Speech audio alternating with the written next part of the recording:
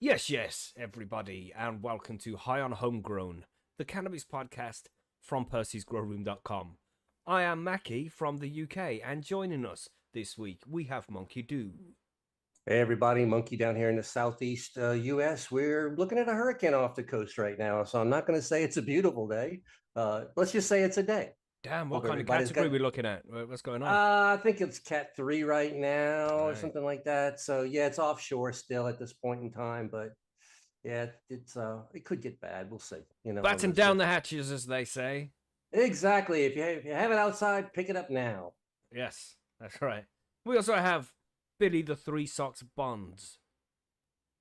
Hello? Hello? What's going on? Hello? Yeah, we are live. Hello? We are live. We? Oh, right. Live, yes. I shall be professional then. That's right, put the suit and tie on. You know how it goes. Oh, right, quick. So evening, yeah. I'm safe here in Cornwall. It's all quiet here, really. So I'm all good. We don't have Marge. I was going to say we also have Marge, but yeah, we don't have Marge this week because it's a special day for her dad's birthday, and he's 93 years old. So just a quick shout out there to Marge and her dad. I hope they're having a lovely day celebrating the birthday, and Marge will be back next week. She assures us. Don't worry. Yeah, it's just the three amigos again today. Yeah, 93, man. That deserves a fucking wow. that's right. Doesn't it? Like 93. Shit. Well done for getting that far. Everybody should spark up their joints now. Take a hit for Marge's dad. You know, wish him happy birthday. Happy birthday, bro. Exactly. Cool. Here's the 93. Yes. Yep. Let's do it now. That's 93 tokes you got to have now, guys. So better get on it. And there we go. Right. So quickly, while I can. Quick question. And how many tokes do you reckon you get average per joint or blunt? There's a question. Depends how stressed you are, you know, because sometimes you're taking huge draws, like, and other times it's just little ones, you know. Sometimes 5. Yeah. It's the same question as how many licks does it take to get to the bottom of a Tootsie Pop? You know that one? Yeah, that's right. That's an American thing? Yeah, I think that's an American ththing. Here in the UK, we would have more like, how many pumps do you need before, well, you know. Ah, okay. I would have expected Billy on that one, but you know. Spending too much time with Billy this week as we assess the news that's going on in the UK, you know. Rubbing off on you, rubbing off. Literally rubbing off. Whoa, I don't want to be saying that about me. Giggity. But yeah, we'll quickly bring this up now because it's the start of the show. I can edit this out because I don't want to go into the going into the actual news show. But yes, there's lots of stuff going on in the UK right now, riots all over the place and all that kind of thing. And we don't really want to discuss it on the show, but we also need to do the snail race. So I think after the stream is done, I'll get a link up for a special Zoom room. And if you want to come and join us and talk about the shit that's happening in the UK, and we'll do the snail race in the Zoom room instead of doing it live up here for everybody to see. We just do it in the background. You guys come and join us. You can come and watch it, and we'll discuss the politics and all that shit that's happening in the UK. Because we'll get flags if we talk about it, no doubt. We just did talk about it, but, you know, not in great detail. But there you go. Yes, lots of shit happening. Scary times, but we'll see what unfolds from here. We can't do anything about it, so we just have to sit and watch, find out what happens. But yeah, crazy times, man. Yeah, man. It's just best thing is stay out of it, stay clear, stay safe, everybody. Stay safe, man. We tell you every week, everybody, stay safe. That's what you have to aim to do. But anyway, what are you smoking on? Are you smoking today, Monkey? You got some edibles? I've got some cherry gasm in the vape, and I'm going to take it easy, but I've really been hitting the edibles because my back problems that came back. And, you know, there's nothing like edibles for back problems. So I'm on the edibles today. Damn. Yeah, man. Hey, it what works. Kind of milligrams you looking at? Do you really want to know? I just took 120 milligrams about 20 minutes ago. Cool. Nice, man. What you got there, Billy? What are you smoking on? I've got some White Widow strawberry cross from Monkey Do seeds. So, nice. Yeah, it's quite good. And I've just cracked open the jar, which has some nice other White Widow as well. But this one's from Karma Genetics. Nice. So yeah, which is a bit more White Widowy. I got some yeah. Stilton Special from Mephisto. I chopped it down like 4 days ago and smoking it now, and it's drying so fast because it's so warm here. You know, I don't want it to dry so fast. I'm trying to prolong it out, but it's there. It's smokable, so why not hit that shit? It's a dealer dry, is it? Yeah, it's definitely a dealer dry. This is a Star Dog kind of dry. You know what I'm saying? Ah, Yeah. We know that Mhm. dry. yeah, so but you didn't get the Cali Star Dog would have been a better dry though. That's right. That's next week. Yeah. Okay. Just dry with no cure. But it's just this is the worst thing I think about growing at summertime or during summertime is the fact that the weed just dries so quickly because you want to at least push it over 7 days. 7 to 10 days is good, right? But when you do it in summertime, it's just so warm. You're looking at 5 days before it's dry. It's just not good enough. Yeah. You know. Yeah. I'm I more usually of a- You dog. What are you doing? Get out! Out! I've been Been invaded by invaded. dogs. Hold on. Invaded quick. Get out, you little savages. Come on, go. Don't look at me like that. It's not the lizard people yet. It's just dogs. Gosh. So you'll be all right. Gosh. You make me so unprofessional, dogs. God. Oh, you can hear it. You can hear that unprofessionalism in the background. Yeah, I'll put a Yeah, big it's bucket like, out "Get there to out, stop get them out, ramming get into the out." door. They just nudge the door and be like, "What's up, man? You got any steak for me? Some bacon? What you got?" Jeez. See, that's why you're meant to leave your gimp outside the room to guard and protect you, mate. That's See, right. Mackie, He's out there, but he's unconscious. You know, gagged Oh, too long. You know. Yeah, I suppose. if you had a cat instead, you wouldn't be having any problem right now. Yes.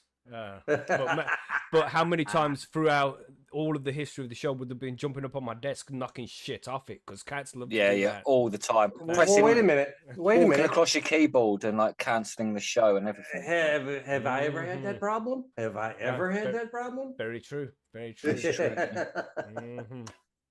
But yeah, let us know in the chat and in the comments, everybody. Cats or dogs? What's your favorite? Or Oh, both, come on. you We've know? done this one before and we already know it goes half and half. One, this week this way, this Mhm. week that way. It's crazy. Yeah. Let's not start that again. We know. Yeah. We just like interaction. Fish. So comment on. So what else is going on? We got some. We'll quickly look at the news we're going to be covering today. We've got some good news stories today. We have a personal trainer who delivered cannabis parcels to feed drug habits gets jailed, and caning. Like he's going to be Ooh. fucking whipped with a cane and shit. Guess what country is that in? We'll get to it in a little bit. Must be the UK, right? That's what they oh, do in the UK. Maybe in a couple of months that's what it will be. You know. Sounds like a Surrey dungeon, so could possibly, yeah. Mm-hmm. Well, anyway, some people pay for that kind of thing. I don't know. People are strange. Exactly. Surrey dungeon. UK Medical Cannabis Registry reaches exciting new milestone. It's a bit of a clickbaity title, but there's some studies being done by some actual companies. So I wanted to run you through on all of these and get you informed on that as well. Some interesting shit going on. The GOP Senator backs policy that treats cannabis just like tobacco. So yeah, that's unusual to see because it's from the GOP side. Exactly. Yeah, it's going to be an interesting article, which we'll get to in just a little bit. Voters in Bastrop, Texas will decide on cannabis decriminalization in November. So more further south kind of stuff looking at cannabis. Yeah, this seems to be catching on in Texas. A lot of cities are trying to get it decriminalized if they can't make it legal. Yeah. Nice. Yep. Yeah. Let's take a look at it later. Progress. We like it. Mhm. Then we have embracing medical cannabis treatment will get people back to work. That's something to do with the UK government, I suppose, there, Billy. Yeah. No, it's sort of, yeah, but not really. That's a right. mixture. We'll figure out what's going on there in just a little bit. And then one more there. Met police inside a Cuckooing cannabis raid. Okay, I've heard that term before. That's yeah, I know it. I think that's when Yeah, type it in people- Google and no, because then Have a if you look at images, there's all sorts of crazy shit gonna pop up. But it's where people like move into somebody's house when they're like on holiday or something, and then they move out, or no, they get old No, people to go for them. Or- no, we'll find out in a minute. We'll but find yeah. out later on, everybody. Let Yeah. us know what you think Yeah. cuckooing is in the chat and in the comments. What does cuckooing mean to you? I wonder if there's any cucks out there. No doubt. But yeah, I think that's about everything. We've covered the intro. Is it time to move on to the news already? Let's all just take a quick second and hit that joint. That's what we should do. And shout out to Marge and Margie's dad again for 93 years. Happy birthday, sir. Happy birthday. Excellent. Not too many people get the privilege of putting the 9 in front of the years like that, sir. That is an excellent thing. Congratulations, sir. But I did mention to Margie as well. I was like, do you want us to do a special shout out? Any message? She's like, he won't be listening. So he's not listening. But, the shout out's there. The shout out's there. Nice. Yeah. Right, so the dogs are locked out. The joint is lit. It's time to do the news. We ready? I guess we are. Let's Yeah, I go. suppose so.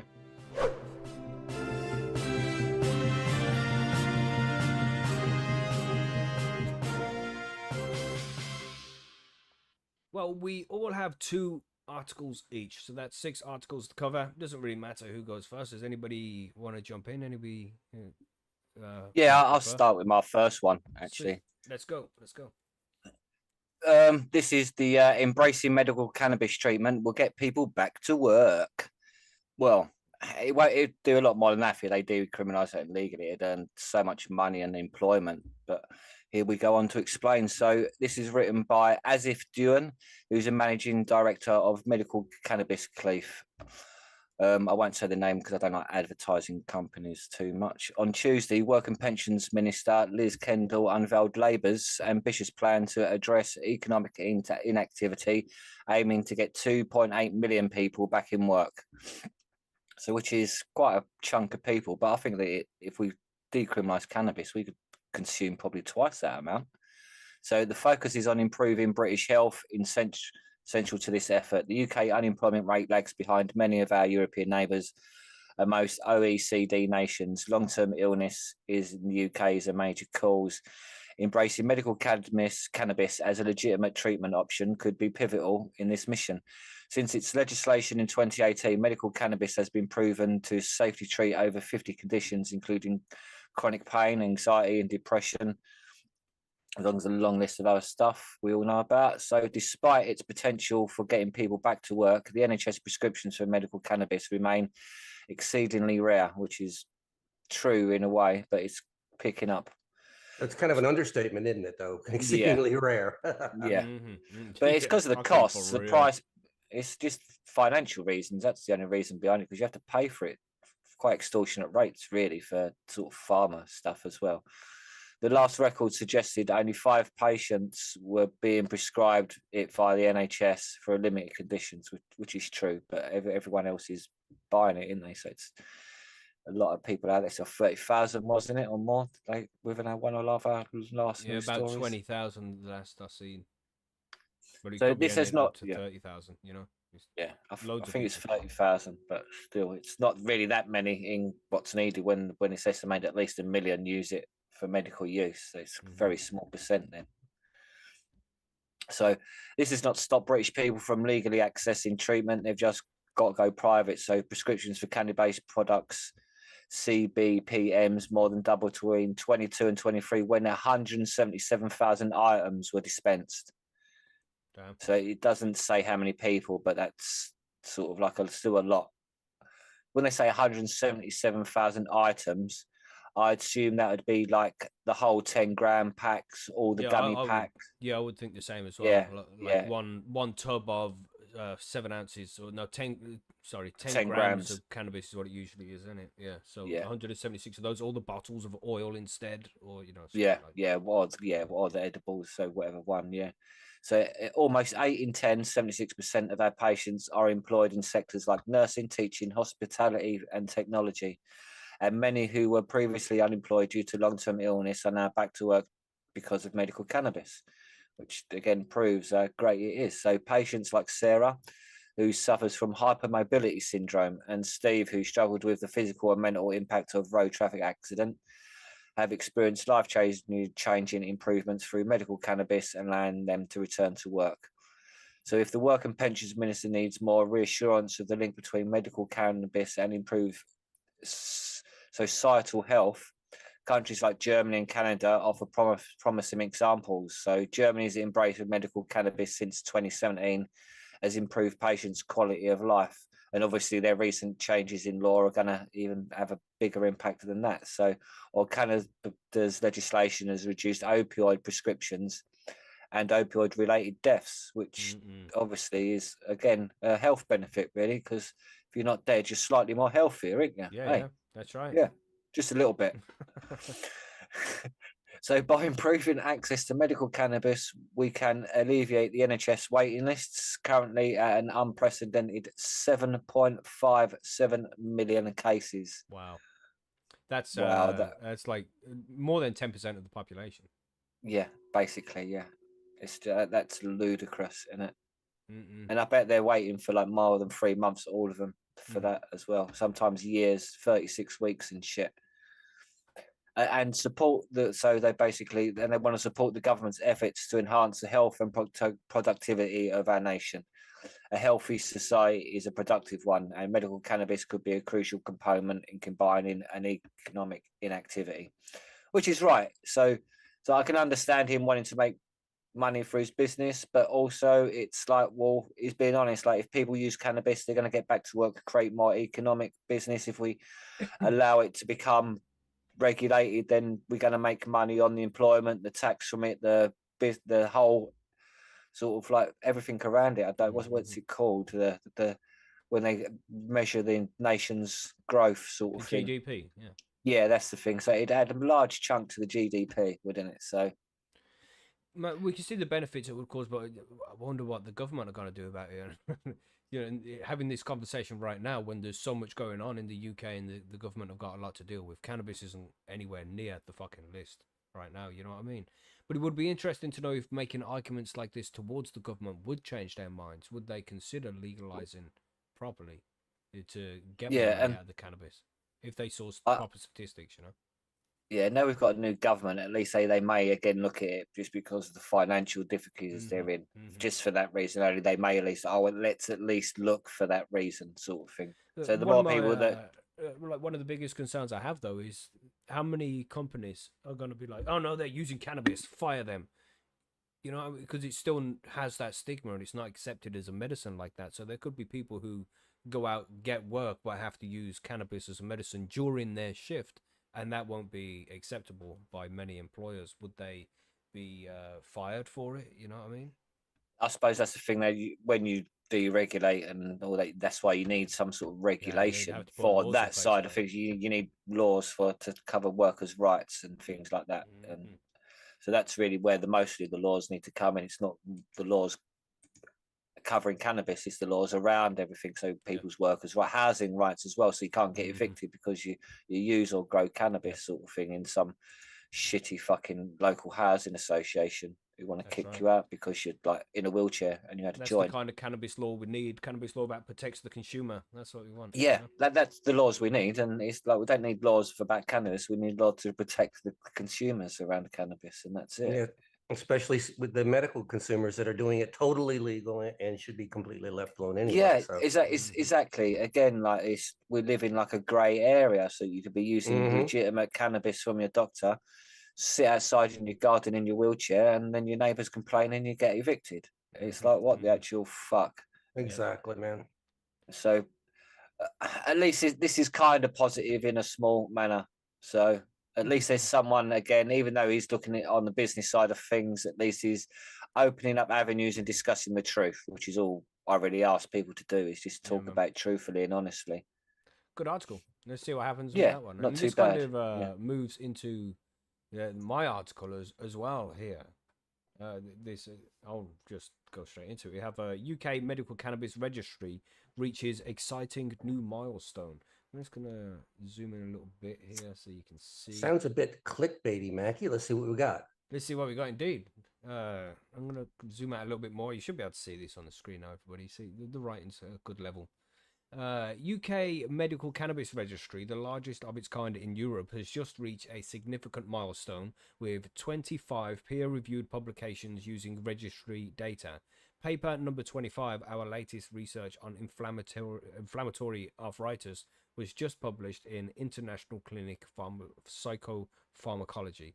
This groundbreaking research from the UK Medical Cannabis Registry is crucial in educating healthcare professionals about medical cannabis with a goal of making it more widely accepted and accessible for patients who struggle with traditional therapies. While we await randomized clinical trials, the data we collect is invaluable in driving change, shaping health policy, and improving care throughout the clinics. We extend our heartfelt gratitude to all 20,000 plus patients' contributors. By completing your questionnaires and tracking your health over time, you are advancing the understanding and acceptance of medical cannabis and helping UK patients. at the end of their rope, finding a new path to explore. We thank you. Our research studies covers a diverse range of conditions, including mental health conditions, pain conditions, gut conditions, nervous system conditions, and cancers. Explore the full list of registry publications here. And yeah, there's a nice little article there where it tells you about all the different studies they have done and when and what kind of results they were looking at. It's a good piece of information. Dr. Simon Eridge, research director at Curaleaf Clinic, also expressed his thanks to the patients while looking towards the future for research in the registry. And this is a quote: "This would not have been possible without the invaluable contributions of our patients in the UK Medical Cannabis Registry. Their data has fueled research that is shaping the future of medical cannabis therapy in the UK." As we celebrate 25 publications, we recognize that this is just the beginning. With continued support from patients, the UK Medical Cannabis Registry will continue to drive research, inform policy, and ultimately improve patient access to medical cannabis for the most suitable patients. So it's a shitload of studies that have been done to show the efficacy behind cannabis, and this is what needs to be done to convince the government to move forward. I know that there's a lot of anger in the cannabis community, especially here in the UK, against Curaleaf, because Curaleaf pretty much they lobby against home grow, right? You want to freak out there, Billy? Have you got something? No, I said it earlier in chat, mate. I just think they're cunts. Yeah, because they tried to block home grow. So it's that's my view on and it. a lot of people feel the same way about it, you know. But at least the study's being done here by somebody. This is what we need to see. When we spoke to oh gosh, Carol, who was it? It wasn't man. I can't even remember. I do remember the lady's name. It's just on the tip of my tongue. Damn, fucking. Is a lady on the tip of your tongue? What? Yeah, Caroline. No, because that Caroline is Billy's missus, isn't it? But the lady who was Caroline's friend. Oh, mean Charlotte. Recently. Yeah, Charlotte. What was her surname? God. Caldwell. There we Charlotte Caldwell. Yeah, Billy Caldwell's one. There we go. You see, it's in there, but it's just in fog. But yeah, Charlotte Caldwell. This is something that we spoke about with her. Like, she said these companies that are selling cannabis to people as medicine need to invest some money into getting studies done so it can be used more on the NHS and shit like that. So it's a step in the right direction. We might not like the people who are doing the studies, but still, it's a step in the right direction. I think we need to see more of it. And so the more we can get on paper that we can show people who are trying to pass laws, that cannabis is a good thing for people to use, then maybe it moves things forward. I don't know. What do you think, Monkey? What do you think about this? Well, it can't hurt to have the studies up there for Curaleaf, because if they show the government that this is a valuable medicine and it should be on the NHS, then who else is? Curaleaf's going to benefit because they're going to sell more cannabis. Yeah. So, but no, it needs to happen. I mean, how many articles have I seen from the UK in the last 4 years that keep saying we need more studies? That's something they always say. So yeah, any kind of study, especially if the government is going to recognize the study as being quote unquote valid. Yeah, that's the important bit.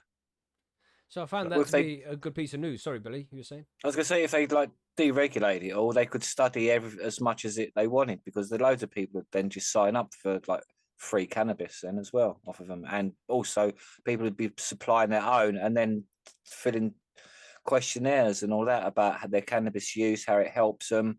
They'd be able to collect fucking loads of data, and it's just that they can't because it's illegal. So stupid.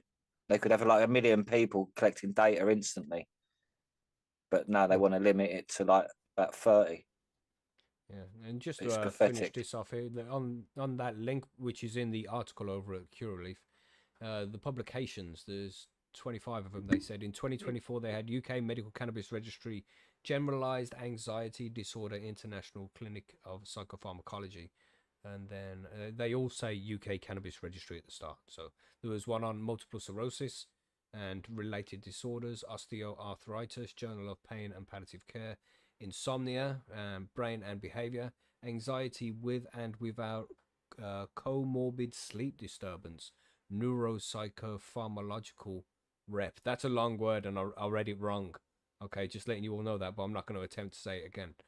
I'm going to have to. It's here. Oh, no. Observation study of clinical outcome measured neuropsychopharmacological. Pharmacological, I would think. I don't know. It just doesn't roll properly. Anyway, this is in 2023. There was, what, 1, 2, 3, 4, 5, 6, 7 studies in 2023. And it gives you a whole list of all of them that have been done, these different studies that the company have put together. So, very cool. Check it out if that's what you're interested in, see what kind of studies have been done. I'd like to see how the studies have been done and all that, just because I like to look into those kind of things. But it's looking good. It's looking like progress. Yes. Should we do another one?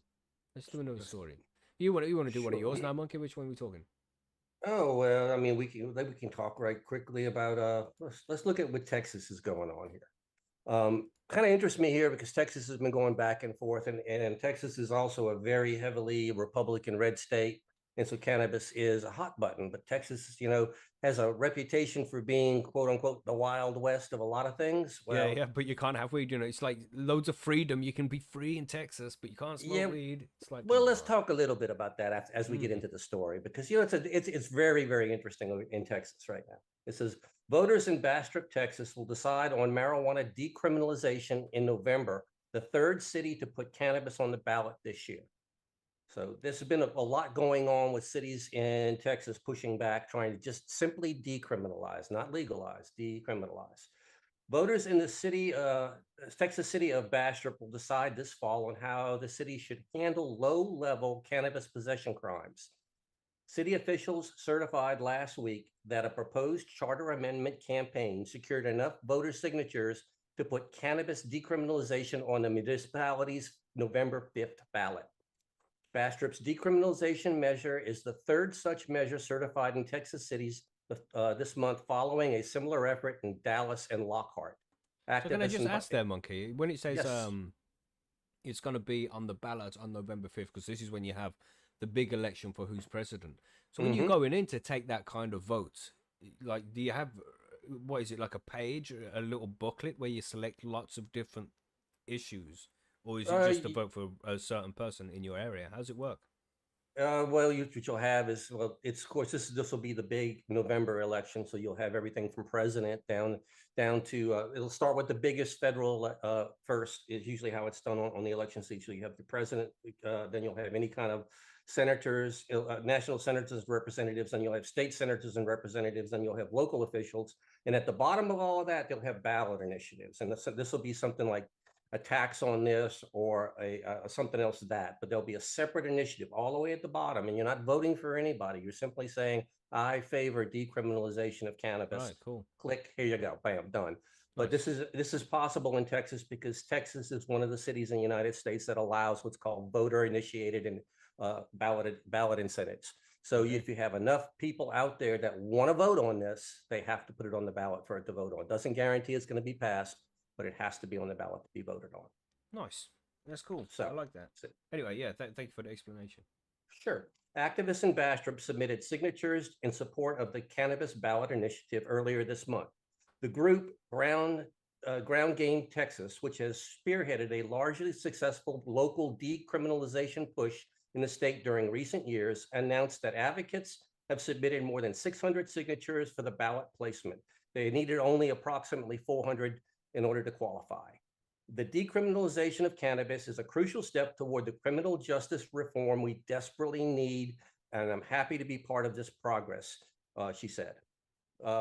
Venable is running to unseat incumbent House District 17 Representative Stan Gerdes, a Republican. On social media, she said she was looking forward to bringing more progress and putting more power in the hands of the people when elected. Now, I liked hearing this because one of the things that the Republican Party this year has been pushing is states' rights. Let's push the power back to the local level.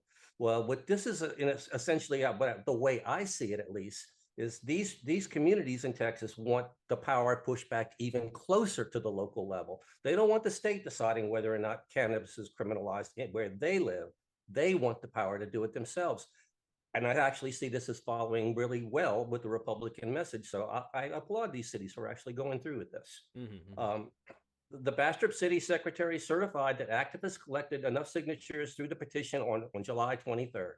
Advocates also scored another win in San Marcos last week after a Texas district judge dismissed a lawsuit from the state Republicans attorney general that sought to overturn local decriminalization ordinance in that city. Now, this is what was a big news during the week, is that this judge overturned or basically dismissed this thing and basically said, no, these cities can decriminalize.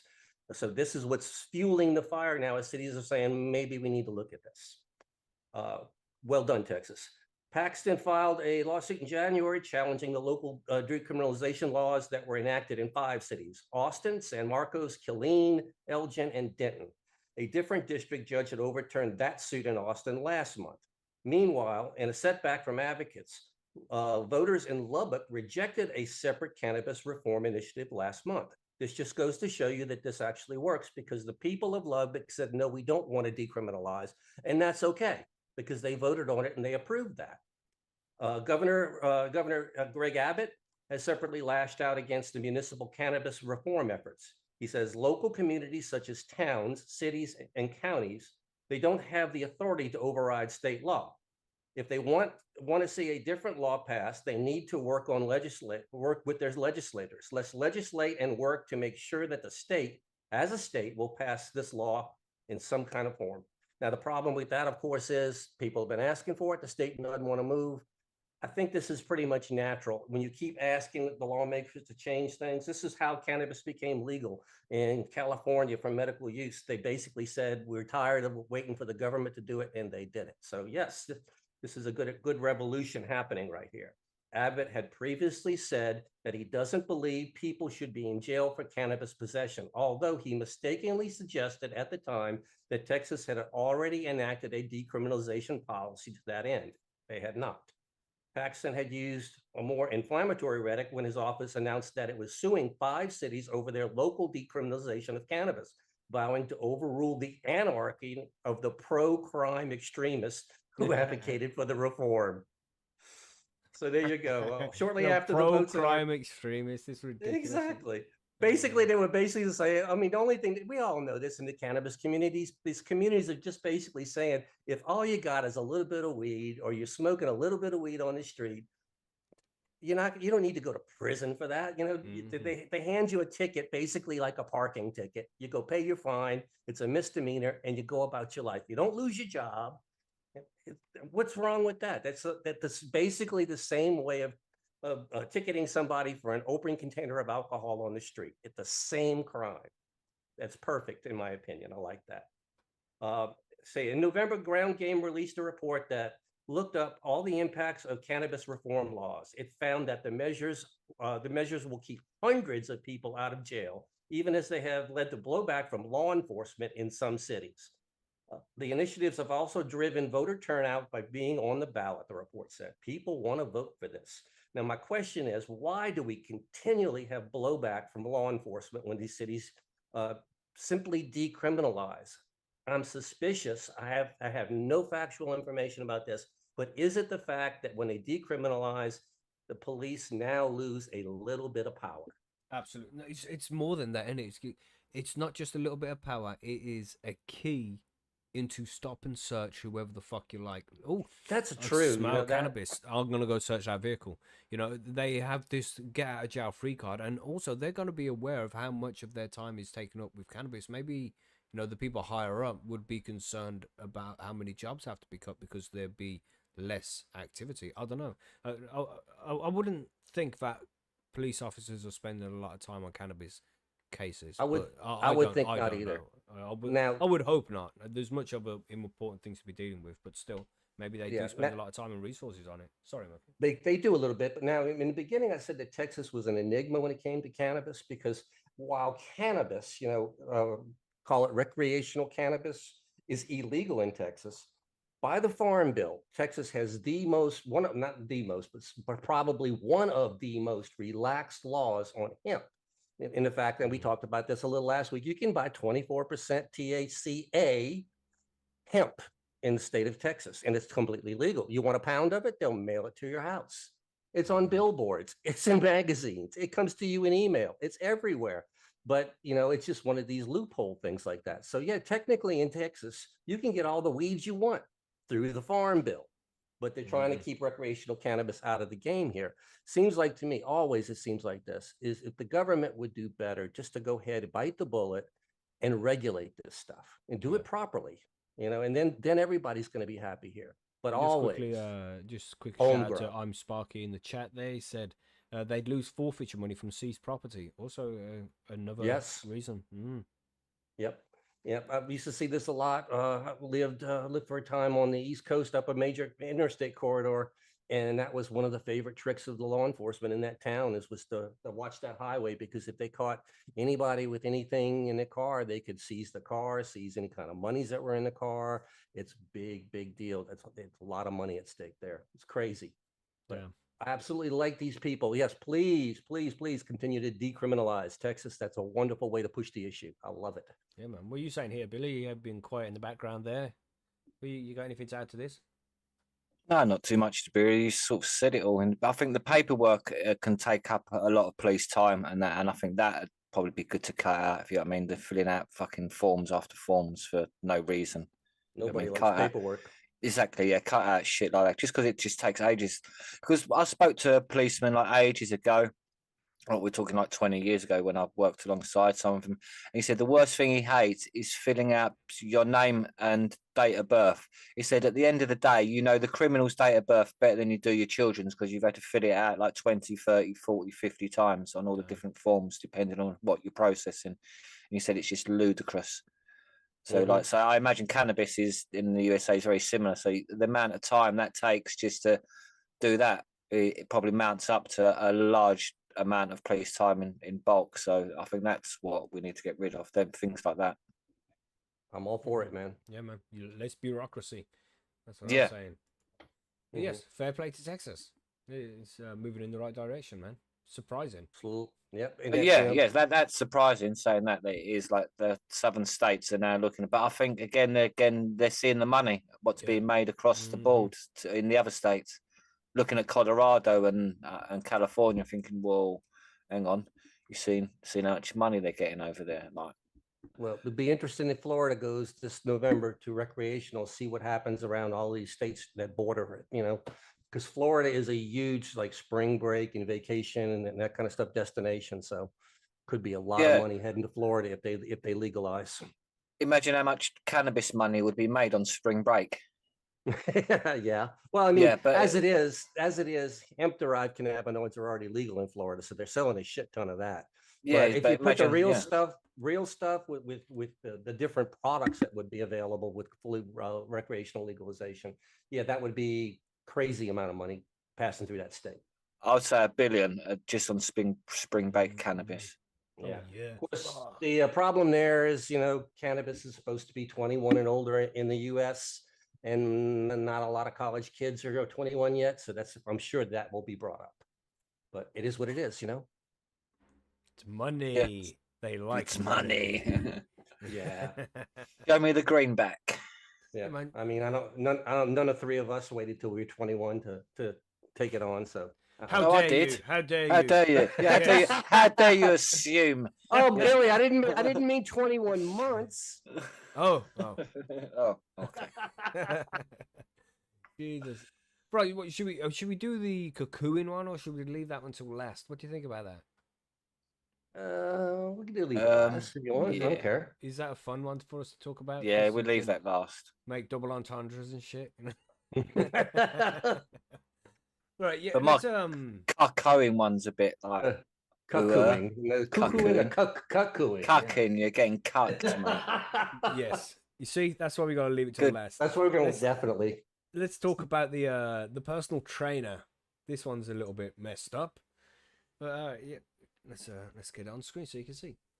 A personal trainer who delivered cannabis parcels to feed drug habit gets jailed and caning. So before we move on, does anybody want to take a guess at what country this is in? A bunch of places where they have a bunch of old people because going to hit him with a cane, right? Yes, that's right. No, obviously Singapore, right? There we go. Monkey's got it, but it's there. Ding, ding, ding, ding, ding, ding. Everybody say Singapore in red and stuff. Philippines. I didn't even look up. It is what it is. We've already covered Thailand Singapore with there, canes. didn't we? Yeah. But damn, how crazy is this, man? It's some old school punishment shit. Let's scroll down and see what's going on. We got Singapore.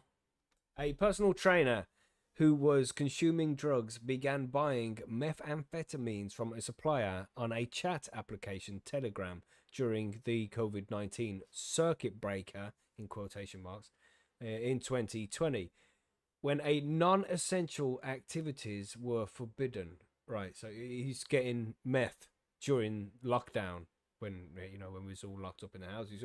Remember them days, remember? Yeah, I definitely think meth is not really something like crucial to your lockdown, is it really? No, you don't. You Crucial to my survival, I need methamphetamine. It's not an essential service to you, Billy? Yeah, yeah, not really. I don't think so. All I'm right. just so bored. I need to get smashed. Yeah, innit? Yeah. I need to sit up for 36 hours and play on my computer. Oh man, I did scratching that myself before. to No, death. not on methamphetamines, but just speed back in the day when I was a kid. Played Tony Yeah, Hawk for everyone done that. 24 hours straight, man. My thumbs were Yeah. dying the next day. Of course. Savagery. We've all done that. And on Tony Hawk's. On Mm-hmm. on the Nintendo 64 and Mario Kart and shit. Yeah, James Or Bond. Zelda. Mhm. James Bond. Yeah. Good times. Anyway, tangent Yeah, over. anyway, yeah, we're talking about getting caned in a different way. As his addiction grew and he could no longer afford to buy the drugs, he took up an offer from his supplier to deliver packages, even though he suspected they contained drugs. His illicit enterprise came to an end when Central Narcotics Bureau intercepted him on August 2022, and cannabis was found in the packages. Shispal Singh Tara, a 32-year-old Singaporean, was sentenced on Friday, August the 2nd, to 14 years in jail and 10 strokes of the cane.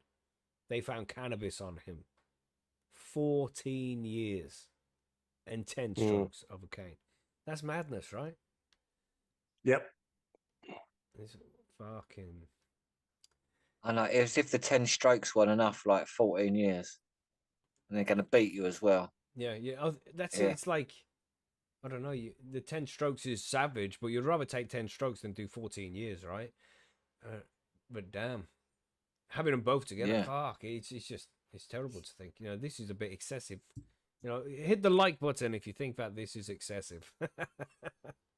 But damn, he pleaded guilty to 4 charges under the Misuse of Drug Act for possessing drugs and drug utensils, consuming meth, and trafficking cannabis. Another 11 charges were taken into consideration. Of the four proceeded charges, the heftiest penalty was for trafficking cannabis at 13.5 years jail and 10 strokes of the cane. The case. The court heard that Shishpal was self-employed as a personal trainer and corrective behavior exercise specialist. He's like, you feeling sleepy? Just hit some of this meth. Personal training, yeah. He began consuming controlled drugs such as ecstasy and marijuana in 2015, taking them occasionally. In 2020, during the COVID-19 pandemic, he began buying meth from a supplier on Telegram. Initially, he bought 1 gram of meth and consumed 2 to 3 times a week over a month. He later increased his intake to 2.5 grams per purchase and took it more frequently. After a brief period of not taking the drug, Shishpal resumed his habit in March 2021, again after buying the drug from his supplier. Blah, blah, blah, blah, blah. Yeah, so this guy, anyway, it goes on and on. It's a bit long. We got the gist of it already. This guy was smoking crystal meth because he was bored during the COVID lockdowns, as we all were, but not all of us resorted to such crazy things. Meth is a bit too much, I think. But when they arrested him, regardless of him smoking meth, he was found with just cannabis. They didn't find anything else on him and shit like that. And I assume it's going to be his first offense. 14 years, 10 fucking smashes with the cane. That's bad, man. Oof. To think that shit like that still goes on around the world, 2024, this kind of physical violence like that. Damn. Just to say, you said smoke. Was he smoking meth, like crystal meth, or was he just taking methamphetamine as in speed? I don't think he said he was smoking meth, but he Yeah, just so said I think it's he just a didn't say speed, wasn't yeah, it? he He's didn't say taking crystal meth. basically. He just said Yeah, methamphetamine. methamphetamine. Yeah, so yeah, it's just yeah, especially because of Right. the ecstasy and marijuana, just made me think he just likes fucking the uppers. So he's Mm-hmm. speeds the Yeah, next yeah. thing. Yeah, because it lasts longer and cheaper. If you know what I mean. Mm-hmm. So crazy, man. Unlucky to that guy. If you're gonna be in Singapore and shit, just don't do drugs at all. They'll fucking fuck you up, man. Damn, just too dangerous. You know what I mean? Yes, What do you sir. think? Anything to add to this one, Monkey? You got anything to add? No, I mean, every time we cover a story from that part of the world that's anything to do with cannabis, it always seems like the crime and the punishment are so far apart. I Ridiculous. understand this Yeah. one's a little bit different out there because it also includes meth, but he sounds like he was punished mostly for cannabis, not really so much as for the meth. Yeah. Nah, it's not right. It's not fair. I don't get it. Be interesting to see what their reasoning for it is, if they could even explain why, not just because that's the law, beyond that. Mm-hmm. And just to finish this off, it says here at the end of the article, the penalties for trafficking a Class A controlled drug such as cannabis, so cannabis is Class A, are a Mm-hmm. mandatory minimum of 5 years in jail and 5 strokes of the cane, with the maximum being 20 years jail and 15 strokes of the cane. Crazy. Mm-hmm. Absolute madness. I wonder if they do it all in one go, just like 10 hits, or do you just, they can call you out whenever they want to hit you with a cane? I was told that it's done depends upon the number of strokes. It'll only do so many at a time because it's so devastating. Then you'll have to Yeah, heal and yeah. take more. Because, they're so civilized. They're not going to kill you, but they might get you close. Um, They know where the line is because they've done it that many times. Well said. well, yeah, very true, very true. What are you saying then, Monkey? What you got about the, which one, the GOP now? Yeah, this one came to me via a member at Percy's, and it does tie in. We've done a lot of we've done some stories in this specific area, so it's interesting that this ties in. It says GOP Senator backs policy that treats cannabis just like tobacco, calling on feds to allow this market to occur. That's quotes, allow this market to occur. Wow. A Republican senator says he supports creating a comprehensive regulatory framework that treats cannabis just like tobacco, arguing that, quote, the federal government needs to figure out a way to safely allow this market to occur, unquote. Senator Tom Tillis shared his perspective on cannabis policy issues in an interview with Green Market Report that was published on Tuesday. He was asked about a bipartisan cannabis banking bill and ongoing rescheduling efforts, but took the opportunity to share his broader views on what needs to happen with federal cannabis laws. The senator said he feels that the reason the Secure and Fair Enforcement Regulation, or the Safer Banking Act, that cleared committee last September is not moving further on the floor was because it's not taking a look at the broader issue. Tillis voiced concerned about the public issue of safety with vaping products and presence of illicit grow operations in states that have enacted legalization, but rather than cite those concerns as justification for prohibition, he instead argued that those problems underscore why we need a comprehensive approach to this that involves federal regulation. He says, banking to me is one thing we should consider, but not until we have a federal framework that states can choose to opt into or out of, he said. Also, he said, there's a lot of bad happening in plain sight that we have to end. It's just let the states choose to legalize it for medical or for recreational use via the legislature or ballot process. So I'm applauding what he's saying right here, but the interesting part here is North Carolina has been a staunch prohibition state. It hasn't even moved on medical yet. Wow. And we've also talked about the southern band of Cherokee Indians at what's called Koala Boundary. They opened up a medical dispensary and recently opened it up to recreational use for reservation members. And now they're going in September to open that up in the same state that this person is from. It's going to be opened up for recreational use for anyone on, like, I think it's September the 7th. So is this representative finally seeing the writing on the wall and saying, we can't beat them, we might as well go ahead and take this thing. I don't know if it's the That's- writing on the wall. I think it's the digits in the bank account. Maybe that's it. Because right now, the only people are going to be getting these digits are the Native American tribe, you know? One of those deals. So it's very interesting. That's what drew me to this article. And so keep on the article. It says, asked whether he supports the Biden administration's proposed to move cannabis from Schedule 1 to Schedule 3 under the Controlled Substance Act. Tillis said he backs a comprehensive regulatory framework that treats cannabis just like tobacco, just like he said. The regulatory framework should ensure that crops are tested, illicit operators are stamped out, and agencies like the Food and Drug Administration are involved in ensuring that products are safe for consumption, he said. Now, what was interesting with this, he said, treated just like tobacco. Now, in the United States, I have looked it up and I am 100% sure of this. It is legal for me as a citizen of the United States, at least where I live, I can grow tobacco in my backyard as long as I don't sell it. I can consume it myself and I can even give it away as gifts, but I cannot be compensated for it in any way, but I can home grow tobacco. So following those lines, he must also support home grow of cannabis by that line. But I'm putting words in his mouth, but I'm just he probably doesn't realize that that's the case, but maybe he means that as well. I mean, he seems to be quite logical in the aspect of just wanting to be treated like tobacco, so maybe he is responsible enough to be like, yeah, and we should be able to grow a couple of plants in the back garden if we wanted to. And that's kind of what we've all, here at High on Homegrown, and that's what we've been advocating all along, is the freedom just to grow my own cannabis and to share with my neighbors. Yeah, that's all we really want. But when it comes to plant counts and shit, go fuck yourself. Don't tell me what I can and can't do. There is, I looked in the regulation for tobacco, and it says if you want to grow a few plants in your backyard for yourself, it's not against the law. It doesn't say how many. So nice. There you go. Yeah. As long as it doesn't have a number, like you can grow less than 5. No, it doesn't say that. It says grow a few for your personal use. So I love that. So when I saw that, I was pretty excited about that whole thing like this. He didn't realize what he's saying, does he? He wants me to grow my own. Thank you so much, sir. Okay, says we've got all this under control, the senator said. We have a majority of states that either have recreational or medical cannabis. We have to understand that this is a market that's going to exist and it's going to persist. So the federal government needs to figure out a safe way to allow this market to occur. I have to agree with him. The comments are notable in part because it doesn't appear that Tillis has previously advocated for such a federal regulatory framework on cannabis.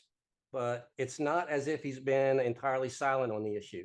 The senator in April joined Senator Ted Budd from North Carolina, asking federal, state, and local officials what steps were taken to enforce cannabis prohibition as the Indian tribe prepared to launch recreational cannabis sales within its lands on North Carolina. So that shows a complete flip-flop on this man. He was trying to block the Indian reservation from opening cannabis sales, and now he wants it everywhere. So if you can't beat him, join him. Billy, you were right. It's about the money, buddy. It's definitely the money. It's crazy. The tobacco thing's interesting, just because I think obviously because it's about the money, but it's hard to say because the regulation part of it. So he's probably thinking, right, well, it's smoking. Everyone smokes, right? How many people actually grow their own tobacco and smoke it? Sort of fucking no one really. So he's like, well, there's going to be loads of money because no one's going to grow their own weed and smoke it then, are they? If someone else is doing it, they're just going to be lazy fucks in exactly the same way. It's America. So he's probably thinking, yeah, there's probably lots of zeros on that. Actually, the same as smoking. So he's thinking, how much money is in smoking? Oh, look how many zeros is in smoking. I'm fucking jumping on that one. Well, so, I'm thinking you're probably somewhat right on that. Yeah, but with the same regulation, that means anyone, like especially when you've got lots of land and lots of growing capabilities, can grow it all and then dominate the market. You need land to be able to grow shit. No one owns fucking land anywhere, so it's only the landowners that are really going to fucking make any money. So that's what it's again, money and who owns what. So yeah, it's providing the facilities as well.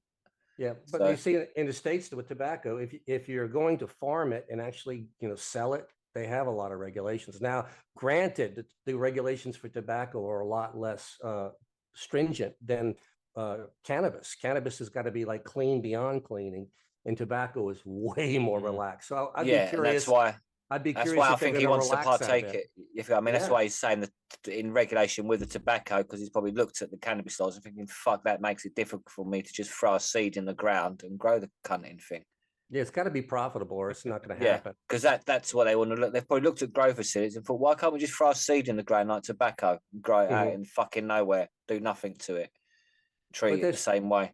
you're still going to have a reasonable amount of people who will want to grow their own, and I'll use Yeah, a lot beer more than as an easy example there, yeah, because yeah. beer is super cheap and easy to find in the United States. I mean, you get it anywhere just about, but you still have people who choose to brew their own because it's different, because it's Yeah, special. you still get people growing their own and doing the on the mass that the bigger companies with the land and the facilities to distribute and all of that will make a lot of money out of it. They won't worry about other people's growers' little pieces, which won't affect them because they'll be like the Budweiser or John Players or Marlboro or whatever of their industry. So that's what they're looking at. Maybe he's looking at getting another way, the distribution. What he wants, the networks we can open up rather than the growing. There's loads of avenues with cannabis, if you know what I mean. There's loads of parts to it. So he may just own all the land and the facilities to rent out to people.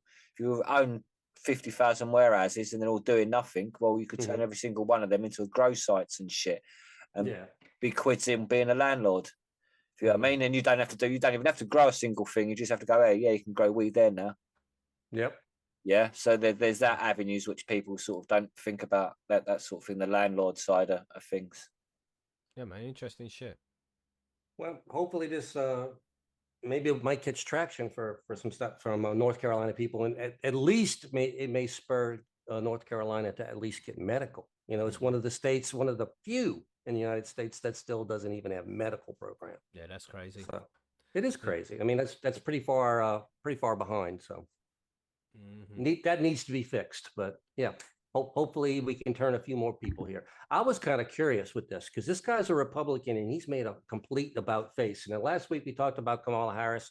She's going to be in favor of cannabis, and I'm just curious if the Republicans are maybe planning to maybe switch a little bit, because we all know from the national polls that cannabis is way popular with the public now, like 70% recreational popular, 90% medical popular. Yeah. And I'm just kind of wondering if the Republicans might start maybe leaning a little bit more into cannabis because it could possibly be a vote getter. I don't know. Hard to say. We'll find out really shortly on that. But this kind of made me suspicious that could maybe be a factor. Let's see what happens, man. It's going to be interesting. Yeah. It's an interesting few months all round, all over the world. Seems to be I don't know, season finale's coming. I don't look at things, you know what I mean? Yeah. Remember, everybody, this is an election year, so take every promise for what it's worth. Absolutely nothing. I'll be honest with you. We've got this one more left then from Billy. What is this whole cuckooing thing then, Billy? What do you got for us? So the police have entered someone's house and they've found some cuckooing going on inside. Cuckoo? So, is it this cuckooing, right? You know, cuckooing. Yeah, you're getting cucked, mate. So everyone knows what getting cucked is. Other people watch you doing it, or you watch your wife getting done, and that's sort of almost in a way what they're doing is basically going. They enter your house and they take over your house and they sell or grow drugs from it, sort of thing. So that you're sort of not in prison. Some people are literally in prison, but sort of like your house then becomes a drug den for the local cartels or gangs, whoever controlling it. So that's what that word basically means in the police's terms. Fuck, that's savage, isn't it? Yeah, yeah. So, well, yeah, totally. Home invasion, basically. Yeah, parasitic shit. Yeah, parasitic. Really, they're literally come into your house, like say, like, yeah, we're taking it over. We're now selling like mostly like crack and cocaine and speed and like all sort of lovely drugs like that and shit, and probably firearms and I'll burn it down with you inside of it, motherfucker. I'm sorry. Yeah, but obviously they do it to like people who are vulnerable and they're a bit that's so it just takes, especially the mentally unwell sort of thing, so they take over someone vulnerable and just use them completely until they probably want to kill themselves or what. A lot of people or some people just run off and then won't say nothing to no one, and then they just keep the flat going for months until that person sort of the council come round because the rent's not paid and shit. So like, we saved this article till last because we thought it'd be quite funny and entertaining because Cuckooing sounds funny, and then we find out what it is. We're like, fuck, that's fucked. Yeah. So this is what happens in London mostly, and Birmingham and Manchester and all our lovely little cities. It's a lovely experience, and a lot of people know which flat's being cucked. Like, so it's not really nice. There's not much you can do unless you want to get hammered in the kneecaps or thrown off a balcony or something like that. Threaten a member of your family, or members. If you live with your nan, then they're definitely just going to knock on the door and say, like, give your nan a note saying hello or something. Just post something through your letterbox, like. And just to keep the fucking quiet. Damn, man. So yeah, that's what inner city life is like in the UK. So here we go. So in the early hours of the chilly morning, a team of Met Police scummy officers chilly morning when? Yeah. I know they're a bit drama time, isn't it? It's like just drama time. Come on, it's drama time. it's the bullshit broadcasting corporation writing this. The big black cocks, like, so. Jesus. Prepare. So they prepared to raid a morning 4 a.m. They busted the place, like, so a big large group of police in tactical gear troop up, smashed the door in, shout to police, blang door in the doorway. Large team of officers swarms into the property, and the situation comes clear. It's just about seizing drugs, basically. So they come to secure people and evidence inside. His team accesses one man whilst the remaining 5 or 6 occupants are treated as potential cuckooing victims. So there's like 5 or 6 people in there, like, who are being sort of pretty much held hostage, sort of. Their flats being seen. So this refers to drug dealers taking over the property of a vulnerable person and using it as a base for their operations. The practice suspected at this identified address has become increasingly common in recent years, posing a significant challenge for both law enforcement and social services. Obviously, because all the mental health people are being like preyed upon because the social services don't deal with them.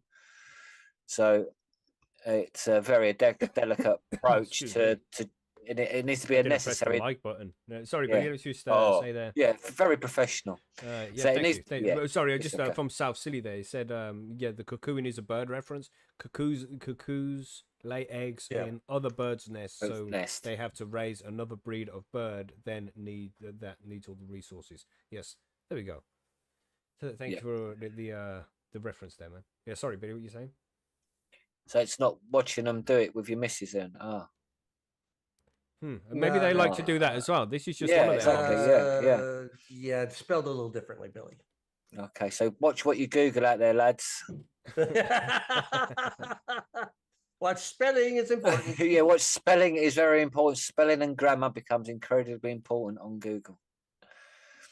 So basically, obviously, this is delicate raid now, so they can't just go in like full on force smashing people up like they used to. They've got to be a bit, who's in there? Are they being held hostage? Have they got a knife to their throat? Like, what the fuck's going? Yeah, all that sort of shit. So in the initial getting, everyone's secure, and they tried to calm things down, basically. And then obviously, anyone that might be handcuffed will remove them as soon as possible, and treat them with respect. Yeah, too right. Like, that's scary as fuck, man. Because there's a lot of old and vulnerable people in this country that don't get visits enough from family members. You know. And they just imagine these. Also, they get some of them just get Meals and Wills delivered, and like it just be some dude opening the door, say, "Yeah, I'm a nephew" or something. Meals and Wills won't ask a question. The old person won't say nothing. Give me the food. Give it to the old lady. Shut up, old lady. Stay there. Sell drugs. Man. Yeah. So this is what they've got to be dealing with now, basically, and this is just a report going on today. There's no need to read much more. That's literally just about the raid and what it's about, and they find loads of soil everywhere, and it's just every time they enter these places, people are held hostage. There's loads of cannabis growing, or they're selling crack cocaine. This one was a big cannabis bust, but like the whole house being used, literally. So it's like, again, these are what we're dealing with in the UK. This is what prohibition creates in the UK. Yeah, old people and you think this would be happening if it was fucking legalized and regulated? No. This is Fuck. what our government do to us, as well That's as everything horrifying, else man. in It's the horrifying. news. That's Yeah. really fucking scary. I don't like that. So- That's fucked, man. Damn. So from going from that's a funny title to like fuck, Yeah, that's wow. really grim, man. Shit. So yeah, For real. haha. This is what Cuckooing. this is what prohibition causes, man. Man, it's scary to think about. I just think about some poor old lady who's out there. You know, she had the house her whole life. All the kids moved out, and she's just there on her own. And these fuckers are just, oh man, just keeping them captive like that. They must be afraid all the fucking time, man. That's terrifying. Some places like they're known just to go in for like the weekend and like just like bash up all their gear, print all their pills, do all their chemical stuff, and then just leave all their shit behind and walk off. Like in fact, she's been trashed with drugs being made in it all weekend. Fucking hell. Like 10 kilos of coke has just been processed through your house into individual grams and shit like that. Wow. So yeah, there's loads of that sort of taste. It's like there's a big array of shit going on. People really don't know what's going on. Well, that was a nice news article. Thanks for that one, Billy. That's Thank you. okay. Thought we'd end Yeah. on a happy note there. That's right. Yeah, man. That's I'm right. smiling Woo! right now. I feel so light. Yeah, we could see it from here, Monkey. That's right. Yeah. Uh-huh. My gosh. Damn. Warn me next time, bub. You know, trigger warning. Yeah, trigger warning. Yeah, straight in there with the fuck you. Like, Right, so forum news, we had the winners of Mackie's monthly giveaway, where there was 3 prizes this month. We had Laszlo Morgasmo and Plain Co. So it seems as if your name had to end in an O to be a winner in this competition. I like that. Yeah. conspiracy there. Everyone get your tinfoil hats ready, I think. Congratulations there, everybody. We had some nice beans going out to you guys as well. Some Dutch Passion Genetics. Come and check those out over on the forum. There's going to be another Mackie's monthly giveaway starting in just the next couple of days. So head over to Percy's, keep an eye out for the thread, and get involved. And then Monkey had one there, plant of the month. Yeah, got busy in June, and I didn't even look at our ending of our plant of the month for June, and I just noticed it the other day that Fidal was our plant of the month winner for June, and I thought I'd go ahead and announce that now because, hey, unfortunately, Oh, you gone quiet there. He's gone. I didn't plant. He said that was Oh. his first entry and his first win. Sweet. Congratulations, buddy. Yeah, a month late, but still, we're here. We're here. We'll shout out. Yeah, Give you you a know, shout out on the show. Still, I got to Yeah. give you a shout out for it. Good Everyone job. give him a clap. Yeah, That's it. please do. Yeah. Shake your hands in the air and smoke a toke. Yes, man. Yeah, but that's a bit for the forum news, isn't it? I mean, we're going to do a snail race later on this evening. We'll do it after the show ends because it's just going to take like 20 minutes to set it up, make sure that it's all ready to go. And we don't want to do that in the smoke break. It's too long. But we'll do it after. If you head over to the Discord server or over to Percy's, I'll drop the link in the chat. So come join us in the Zoom after this, when we've finished. Because we've still got the Grow Guides to do as well. But I think that's all the news, right? Any more news to add after that? No, don't have anything. I think that's it. I think I ended quite well there in a happy note, so I'm happy with right. that. Everybody's happy, nice. We're feeling good. The world is in a good place. Let's go to the fucking smoke break. World is in a good place. Yeah. Yes, smoke break. I heard from Bubble Hawk the other day. He popped over onto the forum. Did you see him? Yeah, I did see him. I dropped him a few No. messages. He just like slid in the door, in and out fast. Yeah. It was good. Busy. Good to briefly chat with him. You know. Yeah, man. It's nice that he slid in though, just to say hi. Yeah, that's I'm it. still high. We know he's busy, but it's good for him to pop in now and again and just say hi. And that's for everybody, you know. If you've been a member of the community, you haven't visited for a while, don't be shy. Just come and say hi, man. Exactly. It's good to know that everybody's safe. Because, you know, with the shit that we do. All get busy. We understand. So please just drop by. All good. Yeah, man. We should do a comp, especially like that, just to get like loads of the old guys back on just to say hi. Let's go and say hi to enter. Nice. Yeah. We'd have Maybe to set that's up an what email chain for that one damn. Got a lot of to get them members out there. back. What else is going on in the chat? I've seen Chilbert asking about Product Earth there. Yeah, that's what, 4 weeks away. Very cool, man. Not very far now. Well, maybe 5. Maybe 5. It's start of September, isn't it? Also, it's going to be a nice event. You say Apart from anything? the sponsors. Apart from the sponsors, because Billy's pissed off about the sponsors. But you know what isn't Billy pissed off about? Hash. He's always happy with his hash. Well, pissed off Well, with hash. Hash is great. he's Hash pissed is off for at life. he doesn't have enough of it usually is what he's pissed off about. So maybe that. That's a Yeah. good reason to be pissed off about hash, actually, because Yeah. I don't have enough of it. Nice one, monkey.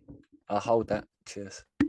Yeah, I'll tell you all about the little cup that the missus got for me. This mushroom tea cup. Mhm. Have you seen it? That's my shit. Yeah, so it's just a cup, everybody, with a little filter on the inside. Like you put mushrooms in there. It's got a Amanita muscaria lid on it, so it's specific for mushrooms. And she got that for me. I was really excited. So it's like, oh man, I've got to try it out, make sure it works. So I made some Does it lemon work? check. Yeah, I make sure it works. Got to make sure, right? Of course, you got to test these things. So then I put a gram of shrooms in it, and put the lemon in, made some lemon tech and shit, and shared it with the wife. So I had like half a gram of these shrooms, and I took them about midday, and I've still got shit to do. And I was just expecting it's only half a gram. I'll be all right. It's just a little hit. This shit fucked me up for like 2 hours, man. Yes, indeed. I Bro. fucking had to rearrange everything in my day and shit. God damn. Yeah. It was fun, but man, a bit too much for so early in the daytime, I think. Mhm. Yeah, Oh, I that's did think of one thing. You guys been following the Olympics? I'm assuming, right? No, fuck the Olympics. Now, 4 years ago, we did a story right after we started High and Homegrown about an American Olympian who couldn't go to the Olympics because she got tested positive for THC. Right. Very, very confusing. Shakiri Richardson, but she is back at the Olympics kicking ass. So you know what? She didn't let it get her down. She didn't make the team the first time because of a drug test, and she got out there now, and she's earning medals. And she had something to prove. She's back. Yes, 100%. man. Fair play. Very cool. It is fair play. Benny Ben love laughing there, like he said, it says half G. I know, right? that. It's penis envy. It's penis envy mushrooms, man. It's not like it's just an ordinary cubensis. It's a strong Like one, what? but It's a still. strong one. Yeah, it's a big Yeah. one. But still, it's just man, just how a gram of mushrooms can mash me, and because the wife was mashed as well, but she was trying to have conversations with the neighbors and shit. I just say everybody's Stayed different. indoors, man. Yeah. Learn your dose, whatever it's a half gram. That's your dose. Enjoyable though. Good fun. Yeah, man. Share with the wife, take half the blame. You know what I'm saying? Exactly, Starkey. Exactly. That's it. Now we're both high. Now you can't look at me like degenerate. Why is he mashed up on mushrooms at 2:00 in the afternoon? Because now we both are. You know. Mhm. But yeah, good fun. That's something to Yeah. get excited about happened with me this week. So Burning Man's coming up soon, man. Oh, no, Anybody you in the going? chat's going up? No, not this year. I do have friends that are heading that way though. But anybody else in the chat may be heading out to Burning Man. That'd be interesting to find out about. Yeah. Where does that take place? Nevada. In the desert, man. Yeah. Oh, Middle of Proper nowhere. peyote time. that sounds Tripping like in the now. desert. A little bit of everything goes on out there, but you don't have to. It's one of the deals that you want to go and just enjoy it. That's fine. But there's a lot of different experiences happening. It should be illegal to go to Burning Man and not take mushrooms of some sort, I think. It should be a Some kind requirement of psychedelic, entry. Yeah, It should be a requirement of entry. Do you know what I mean? They have like a desk you have to walk past and you have to pick one off. Like obviously they tell you how much, what you're going to get, what sort of dose and experience you'd have. So it'd be like all like that. But it'd be like, yeah, choose which one you want. Yeah, that is kind of one of the things that one of the quote unquote rules that's out there is, and if you offer something to someone, you're supposed to tell them exactly what it is. One of those things. It's just for honesty kind of thing, you know. That's how it should always be with drugs. They're Yes, completely informed clean. consent. This is how it's made. This is what it's. No, is it's just like and this is how you know much, yeah. this is this before you take it. I want you to know what this is, so kind of thing like that. It's just informed. Yeah, what they that's want all you it to do. is. Yeah, simple. Yeah, because it's a better experience when you know what you're taking. Yeah, you know. Then you can take what you want and have the experience you want, so you enjoy it more. Right. But I do know somebody. I know let's say just a few, more than a few ounces of mushrooms heading that way from Burning Man. So yeah. Yes, man. Get it down. Is that exactly as Reefer Believer says? You must be this high to enter sign. Pretty much that way, Yeah, you know. yeah. Yeah, man. Everybody got a drink? We got smoke? We're ready to go? We move on to the Yeah. ready. I'm smoking and drinking, so I think that's ready. My edibles are kicking in, so yeah, I'm ready. Yeah, ready then. Nice. Everybody hit that joint, hit that like button on all of that. Let's talk about some nutrients.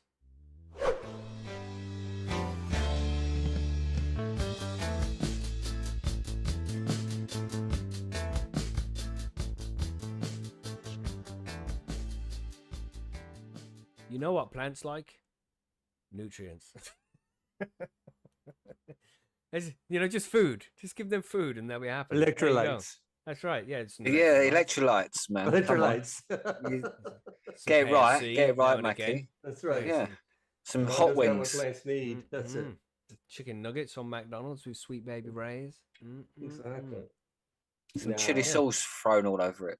Yeah, but you're right. Plants do need nutrients That's one way right. or another. and there's lots of different ways to get this nutrients, but there's two ways in specific that you're gonna deal with when you're growing cannabis. You got this synthetic nutrients where you have nutrients that have been processed in some way to be put into a bottle, which you'll feed to your plants. And then you have organic stuff, which is like broken down organic matter that has nutrients in it that gets fed to the plants after it's been broken down by bacteria and fungi and stuff. So it gets a little bit complex, but we're going to try and keep it as simple as possible as we do. Try and break it down so it's nice and easy to understand, and you can get a good idea of what kind of nutrients you're going to be using in your grow. So it's where do we even start with this submission, right? Oh man, yeah. I guess you want to start with let's start with salts. Let's start with salt-based nutrients. Let's start. And if you listened to last week's episode, then you'll know about grow mediums a little bit more. With soils and cocoa and hydroponics. So we'll talk about this salt-based nutrients first, and this is what you would use with the hydroponics and cocoa grows mainly, right? But you can use it with soil a little, yeah. Yeah, and sometimes, people do actually use these as a supplement when your soil runs out. Some people, it's very normal for them to do this and have no problem with it. Yeah, man. We have several growers at Percy's that do this all the time, and the plants are absolutely gorgeous. So yeah, that's right. Yeah, it's a good supplement if you're growing with organics and things like that. Right. So, man, it's just there's so much to this. What kind of when we're looking at salt-based nutrients that you're going to be growing in hydroponics and cocoa and things like that, you're going to start off with something called grow nutrients and bloom nutrients or flower nutrients. They'll have different titles on them, but it will be something like that because you need different types of nutrients for the cannabis plants at different stages of their life. When it's in the veg stage and it's not growing any buds, it's going to need a lot more nitrogen than potassium and phosphorus. But when it's going through the flowering stage, it will need less nitrogen and more phosphorus and potassium, right?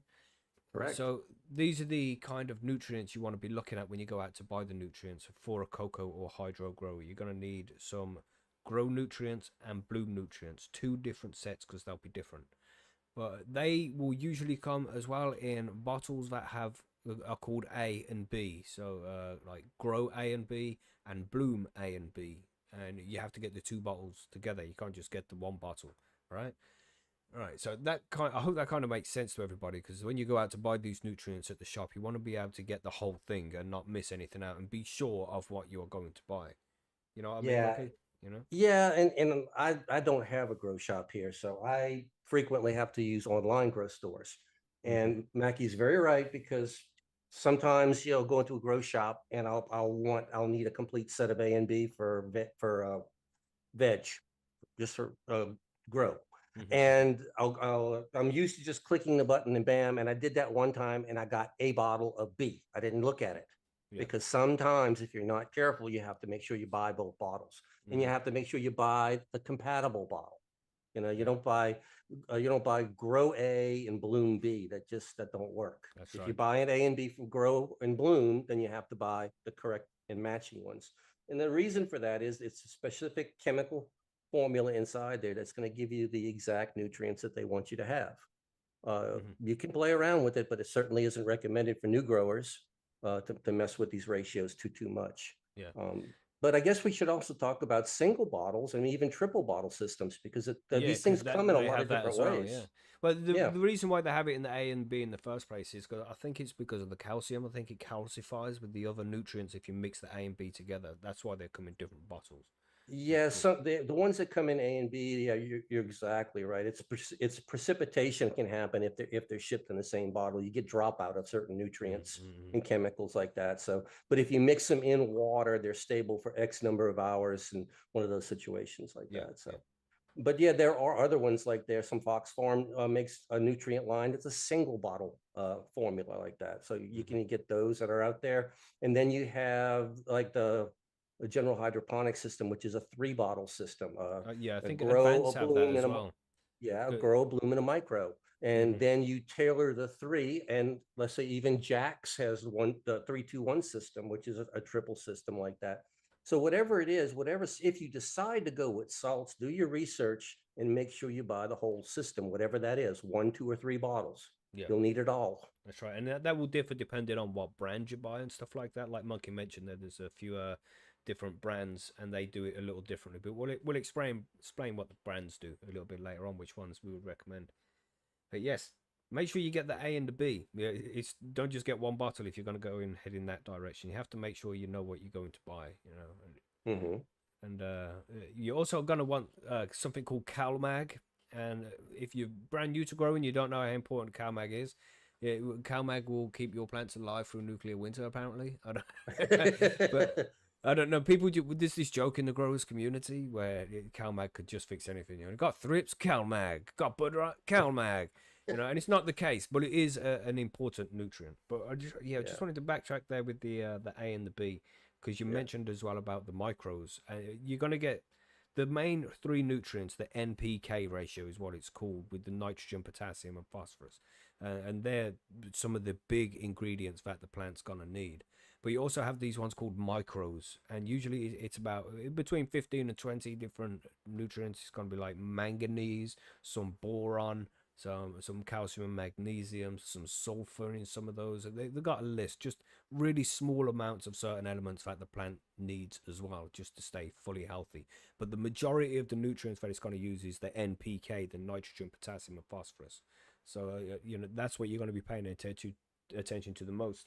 But you also have the CalMag. CalMag is the plant nutrient equivalent of a bacon grease. Yeah, but okay. I love that. That is a very Southern thing. You may not understand it if you're not a Southerner, but that one hit me right away. In the South, bacon grease does everything.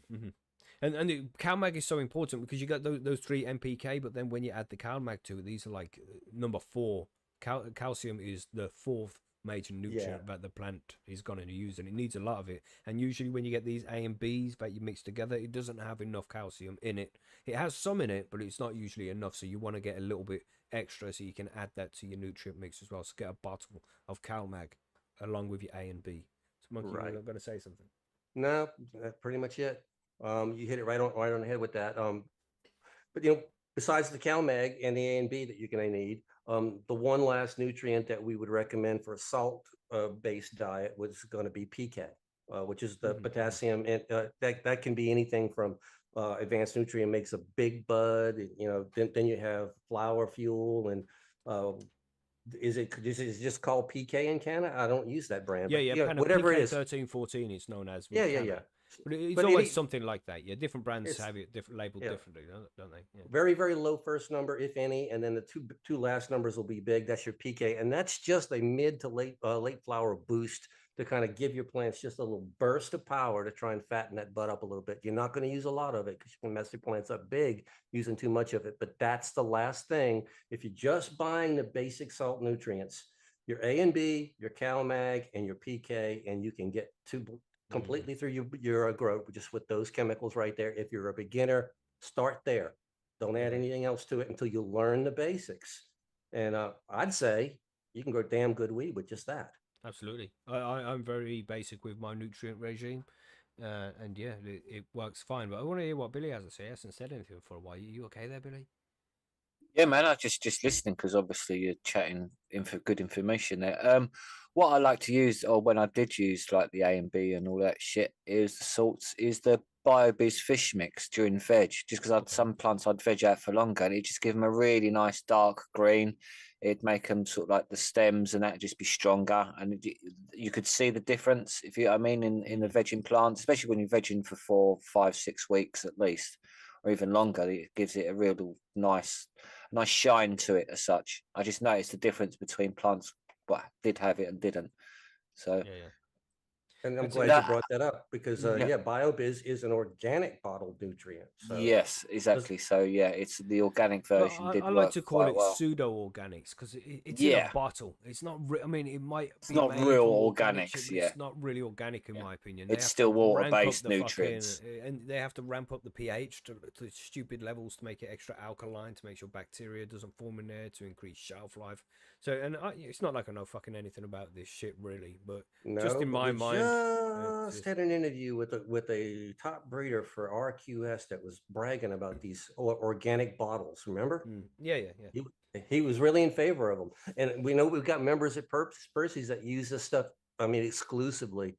And I'm not going to name any names, but man, I've seen some great plants come out of this bottled organic stuff. So it's an option out there if that's what you want to do.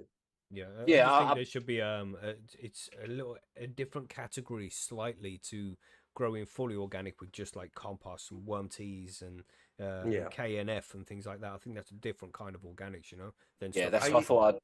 That's Yeah, what I thought yeah. I'd mention it just because it's just slightly different, but sort of similar. So Yeah, I that's use why. it. I have a supplement that I use, and the way it's labeled is organic based because, like you said, it's a processed organic material. Yeah, and there's still some good ones out there. I remember when I switched from salt-based nutrients to using, I went the pseudo-organic route, and I used the advanced nutrient line for the organics. And man, I spilt a fucking bottle of it on my carpet. It's like never spilt nutrients in my whole growing time, but this one time when I moved over to this horrible, it smelled like a fish, a dead fish, because it would have to been dead because it got eaten. But yeah, a dead fish got eaten by a fox. The fox shit it out, and the smell of the fox shit was like a dead fish mixed with fox shit. I hope that explains what this nutrient smells like, everybody. And I spilt this fucking bottle. It just knocked it over. It's a liter bottle. It cost like 40 quid. And I got a couple of feeds out of it, and I actually turned, knocked the bottle, fell on the ground, puddle of stinky, fishy fox shit all over the carpet. You know. But anyway. So it's like your old sock drawer then. Oh, it's so bad, so bad. Yeah, man, I can kind of smell it now just bringing it up. Jesus, fuck. Really? Whoa, everywhere. Everyone's been a little sick in their mouth now. Like, Yeah, sorry about that, everybody. yeah. But Well, yeah, let's when back it to comes nutrients again. yeah, Yeah, let's go back to them salt-based nutes, right? So with me, what I would use nowadays, it's just real simple. But I've got the A and B for the grow grow, and then I just add the PK. Really simple. I got CalMag as well, which I added to my mix. So it's just Canna. I use the nutrient line Canna A and B with the PK and some CalMag, and that's all I have. You can add extras to that. You can get some like root stimulator, which a lot of people like to get. You can get this shit called Rhizotonic, which is real good, but it's really expensive and it's not necessary. But it's nice to have. You know, if you want to go get all this nice stuff, then feel free to do so. And there's stuff called Canna Boost as well, which you can buy, which add just more micros and some different amino acids and shit like that, depending on what you're using. It gets really complex. You can have a really complex nutrient line and have everything balanced out to have it the way the plants love it and provide them with everything. Or you can keep it really simple and still produce good cannabis as well. So, you know, you don't feel as if you need to get carried away with your nutrient line just yet. Get a couple of nice, keep it simple, nice, easy grows done. And when you start to understand what's going on and you can find the balance for things, start adding things in one at a time. Don't add a shitload of things at once, because then you don't know which one's doing good or making things worse. You know, add one thing at a time. A little bit of silicon, you know, a little bit of the fish shit, fox stuff. I don't know, whatever. Just add little bits at a time. Don't add silicon, please. Don't add silicon. Yeah, which one? What did I say wrong? The silicone, Silica. silica. Yeah, Silica, silica. Yeah. Yeah, silicon is rubber, and we don't want to add rubber to that. What's silicone? Rubber as well. Okay. But we want silica, which is a glass. It's a glass material, and that strengthens the cell walls and the stems and make it stronger and more bug resistant. So, but even that, you know, we can talk about silica all day. That's something I have tried, and I've gotten in. because of the way I grow and the size of the plants I grow, I find that it's really not necessary in my situation. It doesn't benefit me like that. But again, that's one of those, like Mackie said. I mean, I jumped way off base with this, but anyway, it's one of those extras that they will probably want to tell you have to have at the grow shop. If you're starting out, don't do it just to start out. It's too much. You know, you don't need that. Keep it simple, man. Keep it simple. Figure out what's working. Absolutely, keep it simple, man. Just get that basic nutrient regime, and yeah, just get going with it. Right? So let's cover that. Let's cover what is a decent nutrient regime for beginners. Right. So I would say I use personally, and I would recommend it for beginners. It's real basic. The Canna A and B with some CalMag and some PK 1314, but you won't use the PK 1314 till flower. What would you say, Monkey? What would you recommend? If I was going to use the nutrients that I've been familiar with for a long time, love them or hate them, it's been an advanced nutrient line. My nutrient line would be I'd use CalMag. I'd use Sensi Grow because cocoa is where I started. So I used the Sensi Cocoa Formula Grow, Sensi Cocoa Formula Bloom. And if it was my first grow, that's where I'd stop. Because when you switch to Bloom, you get a PK boost in there. You know, don't complicate things. Learn it first before you push anything. That's what I would go for my first grow. Nice. Yeah, I used Advance for my first grow as well. They were good, man. They were good. What were you saying, Billy? It's easy. Yeah. Yeah, I think the BioBiz for me, really. That's why I chose it. Just because it's for salt-based nuts, like for when you're using cocoa hydro. I don't do they, but I'm sure BioBiz do a cocoa hydro version, right? And or you can use it for that as well. To be honest, Right. I think. Yeah, sounds like he's not a fan of salts. Because I'm not a fan of salts. Well, it's a nice segue on to the next bit because we spoke specifically right now about the salt-based nutrients for cocoa and hydroponics, and when you go in the cocoa route, sometimes you can get a specific cocoa, like for the Sensi Grow and Sensi Bloom from Advanced Nutrients. You can get a specific cocoa version of that. It just works with the iron a little bit differently or something. But there's also salt-based nutrients that you'd use with soil grows. So if you're not taking the cocoa route or the DWC, the full hydro routes, then you can use these other nutrients which seem to be used more often in soils like Dutch Pro and shit. Dutch Pro gets used a lot in soil, right? I've noticed that. I've seen it grown over at Forum, yeah. What's that? Yeah, BioBiz is another one. What's that other one? Fox Farms is still... Yeah, Fox Farm is still being used, like I said, over in soil at the Forum quite a bit. So, I mean, old, reliable, simple, but it's still there. Yeah. It's a nutrient brand. It's not just soil. They sell nutrients as well, do they? Humboldt Secret I've seen being used over there. Right. There's lots of different brands. I mean, that's just it. More brands than we can name. That's right, man. You really got to just go keep it simple and use something that everybody uses. And that's easily available to you as well. So, if you run out, you can go and get some to replace what you've run out of pretty quickly. Right. Bear that in mind. But if you're growing in soil, there's just little slight differences with the way the nutrients are made, I think.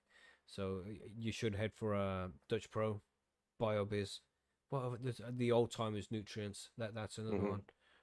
Yeah. And it's the same kind of principle, right? Where you got to grow nutrients and flowering nutrients. I've never used them for soil. I've never used them kind of nuts for that.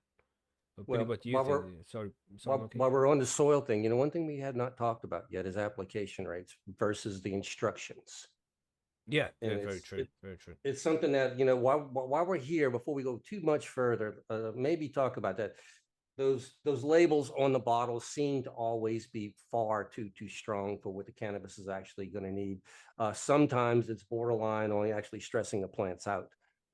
Generally, over at Percy's, we recommend that when you first start feeding salt nutrients, start it at 1/4 strength and gradually increase it to somewhere around a half strength, and that's usually plenty. You're going to save money. And your plants are going to be happier and grow faster. So less is more. Don't feed too many of them nutrients, man. No. Same thing with your CalMag. Even though it says put a lot of it in it, you start low and add till you get the right level in there and find out what the levels you're going to need for your water supply. But don't start in at full strength because it's usually too much. Sorry.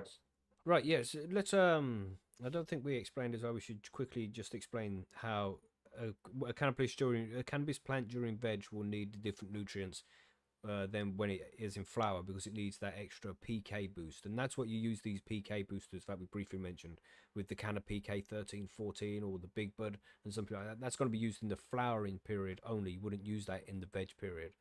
So just bear that in mind. We didn't mention that yet, I don't think.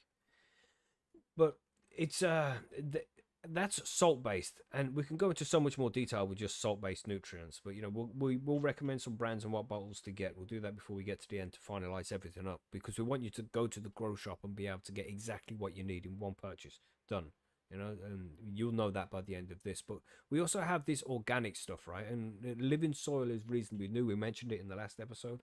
It's been out for a few years now, but it's getting more and more popular. But these types of soils, they do need amending at some point. You wouldn't necessarily use a bottled nutrient, but you can add some PK or some other nutrients to it. But you would use organic shit. You'd sprinkle it onto top with top dressing, water it into the medium, and then that's where the plant's gonna get its food. And this is the kind of thing that you're doing now, Billy, right? Because you're in living soil and you're amending the soil as you go along, right? Yeah, there's sort of like three stages to it, really. So you sort of, when it's a seed, it gets micro fungi sort of thing, and then when it's like it gets potted up into its soil, it gets like all of the new soil again, if you know what I mean. So it gets a root boost then with some more again micro fungi, but then you get like the bloom boost. So that's just like a top dressing, really, to be honest. But I boost it with bokashi. So when I take this, regenerate the soil sort of thing, I add bokashi. So that's the first start of it. So there's a load of bokashi in there for when the roots go through it and the plant sort of And growing its first what's the structure. Bokashi? That the brand, or like Yeah, for that's just a brand. Yeah, that's just like a brand bought bokashi. So it's just so people can go to grow shop and buy Bokashi and add that Yeah, to their living yeah, soil. yes, and they add that to their living soil. So you do that at the start. So when you get before you put your plants in, you add it to it, mix it up with your soil, and then the plant gets access to it. But while it's vegging and all that, if I again find that it's really good, add that more strength and vitality to your plant, because you can see the root growth at the end of it. Again with the micro fungi stuff, so it's just helps that boost at the start, and obviously flowering at the end with the like top dressing. I find you don't the smaller pots you have, then obviously you need two top dressings. If you've got larger pots, then I think you only really you can get away with one as well. Mm-hmm. So yeah, and that's really like the stages of it, and that's about all it is. That and water, so it's really simple. And you can get shit like insect frass. There's loads of Yeah, stuff you can get for it, isn't it? actually, yeah, I do I add worm shit to my water, saying that. Okay. So yeah, but it is just worm shit, not insect frass. It's not beetle and all other stuff they use, is it? It's just worm shit. It's good, high quality stuff, so you can tell it's high quality. Mm-hmm. And there's other ways to get that nutrients to your plant as well. You can make homemade compost. Yeah, compost Yeah, tea. compost tea. Yeah, I've been looking at that as well, sort of adding some Mm-hmm. compost tea to it as well, sort of thing. So yeah, that's sort of like, but it's really all easy. So you don't have to really measure too much, if you get what I mean. So just like, yeah, throw it in, done, sorted. And that's Top it. And that dressing done. obviously is much cheaper to do than go out and buy all this stuff as well. If you can make your own homemade nutrients, then that's going to be much more cost effective. If you can do that, then it's definitely a good option. But you should be able to tell as well from last week what kind of medium you're growing in. And if living soil is the way you're going to go, then that's what you want to be looking at, trying to get everything made at home if possible. The less you have to buy, the better. You want it all naturally sourced locally from your back garden or your local area. That's the best way to get those kind of nutrients put together. And different nutrients are gonna be from different things. Like hair has got a certain amount of nitrogen in, but you can add to your soil. You can use some kinds of sand to add the silica. There's lots of different things you can add just naturally. Chicken shit, Marco from he's been on the show before. Marco, a Grandmaster grower, he has his own chickens at home and he uses their poop, their guano, to feed his plants. There's loads of things you can do when you grow organically, and it's cost effective as well. So always a good option. You do some of this stuff as well, don't you, Monkey? Even though you're growing cocoa, you use some organic amendments on your soil and stuff on your cocoa. Well, I use organic stuff. I use some of the KNF materials, as well as even some commercially purchased, like I said, organic based materials that I do use sometimes. But yeah, I do use it. But I mean, even in cocoa, don't be afraid to throw microbes at it, because you'd be surprised what you can do with that. I was extremely surprised when I started throwing lactobacillus and maybe even JMS solutions, things that into the cocoa, and seeing how the plants could respond just from having microbes present. Yeah. Beyond that, yeah, I'll throw in some other organic nutrients every now and then, so maybe some fermented plant juice or some fish amino acids or something like that, and the plants just love it. Like Billy said, with the fish mix on his plants, how they get a shine in a different color. Sometimes when you throw organics at plants that are just used to salts, you'd be surprised what it can do for them. So don't be afraid to experiment sometime. But if it's your first grow, forget about experimentation. I'm going to go back to it again. Learn to do it learn to walk before you try to run. It's one of those things like that, because there's a lot can go wrong. Learn to care for a plant, learn to bring it to harvest, and then learn to enhance your process is the way I would go about it. But there's a lot of good stuff out, a lot of good stuff out there. I do make my own compost, and I do brew my own compost tea. I use black soldier flies in my compost, and it makes really, really rich stuff. I source what I can from the yard, from the kitchen scraps, whatever you can do. And I'm gonna have to say that if it's done right, I like the product. I get better. So. Yeah, man. It's the best way to do it if you can do that. But you can't, for those growing in cocoa and hydro, that's not really the option. I mean, you can use some of that along with it, but it takes a lot of research to know how to build a soil and to keep it amended correctly. You need to do some research to know how to make all these composts and things like that. Don't you, Monkey? You would know. I started playing. Yeah. No, I started playing in the dirt. Shoot, 40 years ago, 30 years ago. I mean, I was knee high to a grasshopper, and my aunt had me back there in the greenhouse, and we were going after it, kind of thing like that. But yeah, it becomes, after a while, you start with soils. You notice the certain smells. It can tell you things about the soil, the consistencies, just different things. It's fun to pick up, but it's fun to learn. And as a cannabis grower, you will learn it because it's just natural. The progression comes there. All of a sudden, you'll be making your own soil and make your own compost. A lot of fun, a lot of knowledge there, a lot of good stuff, and great community to teach you how to do it, because everybody here wants you to do it. So great, good stuff. Yeah, man. And of course, speaking of community, we have Percy's Grow Room as well, where we have people who grow organically and do their own kind of organic growing like this. So if you have questions, you just go and ask over on Percy's as well. But nutrients is a complex topic. Once you figure out what medium you're going to grow in, then you can decide which kind of nutrients you're going to move into. The majority of people are going to use salt-based nutrients. Well, I say that organics is very popular nowadays, isn't it? More and more people all the time moving over to organics. It is, but like we've talked about before, when you're trying to be strictly organic, timing becomes an issue. Timing for watering, timing for when to top dress. And it's a little bit harder to learn in the beginning, but like you said, more people are becoming brave and wanting to try it.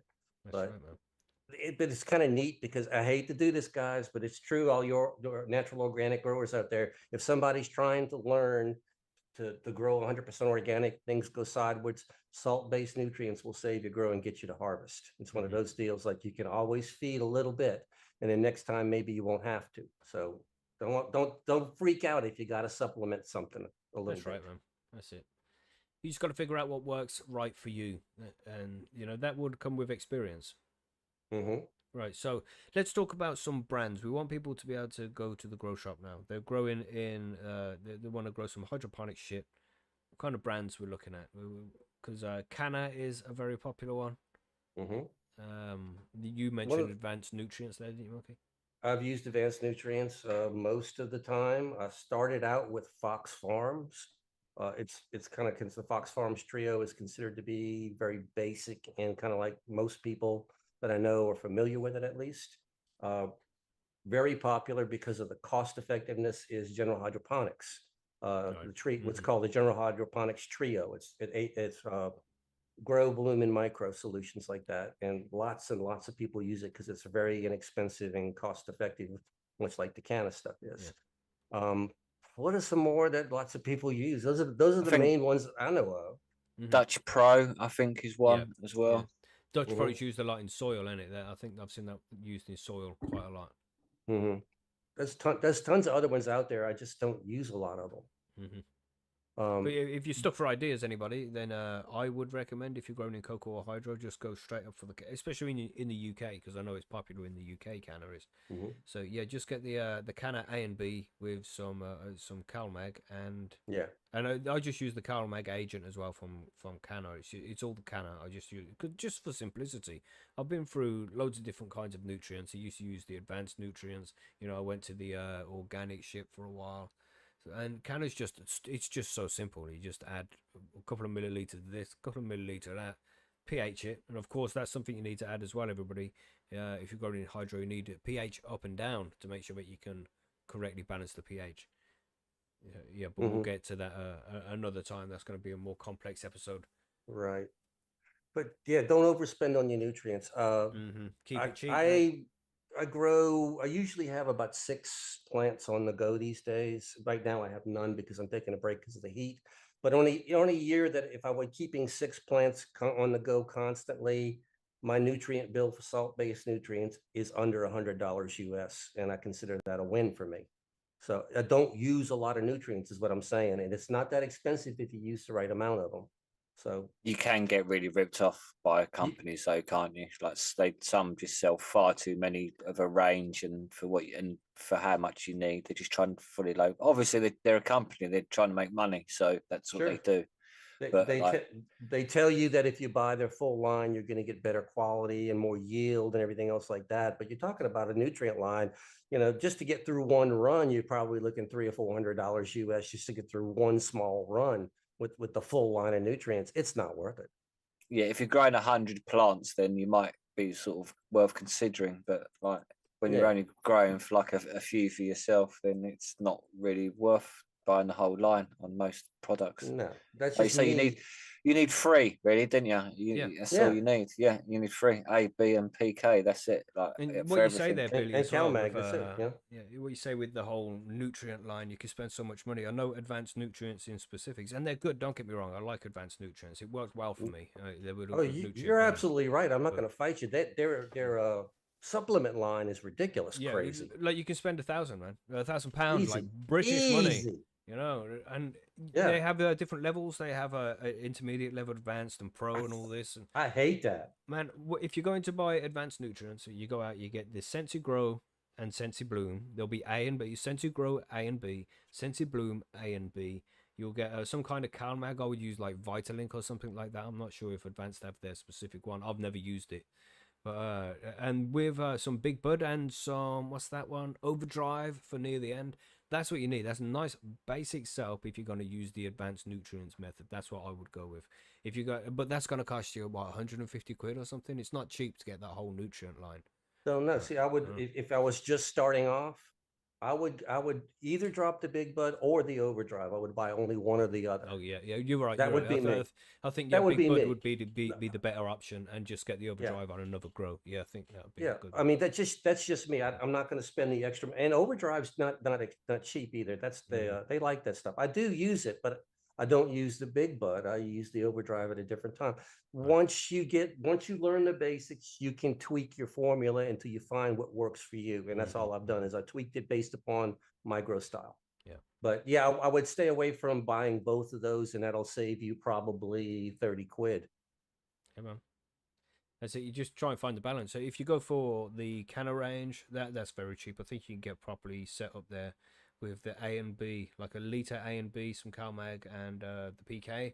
And you don't even need the PK straight away. If you are growing and you're going from paycheck to paycheck, and you can only afford to get the A and B right now, that's cool. You don't need the PK until it's in the flowering period. So you're looking at a month, 6 weeks before you need any PK at all. So you can buy that on the next payday. You just get your A and B with a bit of CalMag to start you off. But if you want to get it all in one, that's cool too. But don't forget to get the pH up and down, everybody. You need some of that as well. Don't forget, we'll bring that up again later, so you don't forget that one. Yeah, the thing with the if you're really tight on money and you have to skip one nutrient of all the three, skip the PK. You can actually get the harvest without it. It's nice to have, but it's not absolutely necessary. That's right. And of course, you know, if you need help with any of this, I use the Canna. I have used Advanced. Monkey uses Advanced, and there's loads of growers that use all different brands of nutrients over on Percy's. So if you want ideas on how much you should use, how many milliliters per liter of what nutrients you should be using, just come and ask for help, man. Everybody is always happy to explain what methods they use, and we all want to see everybody growing their own high quality cannabis. And getting help from experienced growers is a good way to get there. So don't be shy. Come and ask for help if you need it. Honest help for free from a community that will not harass you. How's that sound? Sounds like the best place ever. Yeah. I mean, they'll harass you over on the Discord because Billy's there. You know what he's like. But yeah, I mean, there's all that, and you still don't even touch the surface of how deep you can go with nutrients. But we're just trying to keep things as basic as possible, so people who have not grown cannabis before but want to start can get started on the right foot and get their growth up and running. We're going to go into more detail about things further on down the line, you know. But right now, we're keeping it really simple, and we just want to get you growing. So you should have in episode 1 planned your grow. So you know how many plants you're growing, you know what kind of setup you're going to need, and then we went on to the equipment, explaining what equipment to get and for how many plants and what best lights to get, things like that. We've covered that. Episode 3, we talked about seeds, didn't we? Where to source your cannabis seeds, what type of cannabis seeds. So you should have your equipment with your seeds by now. We discussed mediums. You should have chosen what medium you want to grow in, and you should have that ready to go. Now you've got a decent idea of what nutrients you're going to be using depending on what medium you have chosen. Because if you chose those living organics, then you're going to be using organic nutrients. But if you chose cocoa or one of the cheaper bag of soils or hydroponic, then you're going to be using the salt-based nutrients. So you should have a decent idea of which direction you're going to be heading in there now, I think. But, you know, there's always stuff we miss out. You know, we just do our best to try and get the information out in as simple as way as possible, so everybody can understand it and get stuck in without feeling overwhelmed by stuff. You know what I mean? You know what I mean? Yeah. Okay, you know. Absolutely, man. You know, I'll make my push right here for a piece of equipment. We're talking nutrients, and a lot of times, if you have problems, you may end up on a grow site. And you'll be asked a lot of usually will be asked a lot of questions. And the reason they're asking questions, we're trying to get a handle on it. But if you're using salt-based nutrients, consider owning an EC meter, simply because it will get you out of more problems than you know you'll ever be in. It just basically will tell everybody, including yourself, what is the concentration of the salt that's in this water that I'm putting on my plant. And that'll tell a lot of people, including yourself, what needs to be fixed when things go sideways. Yep. You don't have to buy the most expensive one, but they're really, really handy to have. If you're going to be a hydroponic grower, this is no other way. You have to own one. EC but meter, and a pH meter. Both of those to have pieces both of things would be good. Yeah, because both of them influence how your plant's going to process these nutrients, the uptake on these things like that. So yeah, when you're considering your nutrients, consider your instrumentation. That's going to help you make the most out of them. And EC meter and pH meter are definitely fall into line there. It's part of your grow kit. You'll have to make an upfront expense. If you take care of them, they'll last years and years and years. Nice. Yeah, man. Good. So just quickly there, then brands we recommend: Canna, Advanced Nutrients, Dutch Pro. What was the other one? General Hydroponics. General Hydroponics. You know, go for something like. Don't look at one which we haven't mentioned. I mean, there are other good ones that we haven't mentioned. I mean, Shogun is apparently a good one. I haven't seen anybody use it as far as I'm sure people have, and I just haven't paid attention. I've heard of it. That's all I can say. You know, that's it. We want you to go with the shit we know is going to work and is going to be reliable. You know, but you don't have to. It's not some random one of a small company, which is good. You want to see small companies coming up, of course, but not for your first grow. You want to be sure that everything is going to work as suggested, so go with one of those suggested brands. Yes. As always, if you have any questions, any concerns, the best place to get information is Percy's. Its membership is free. Ask our members. Come on, we've got people there that use it all. So I mean, I've said it 100 times, and I'm going to say it 100 more before it's over. Come over there and ask your questions. You'll get the right answer. Yeah, man.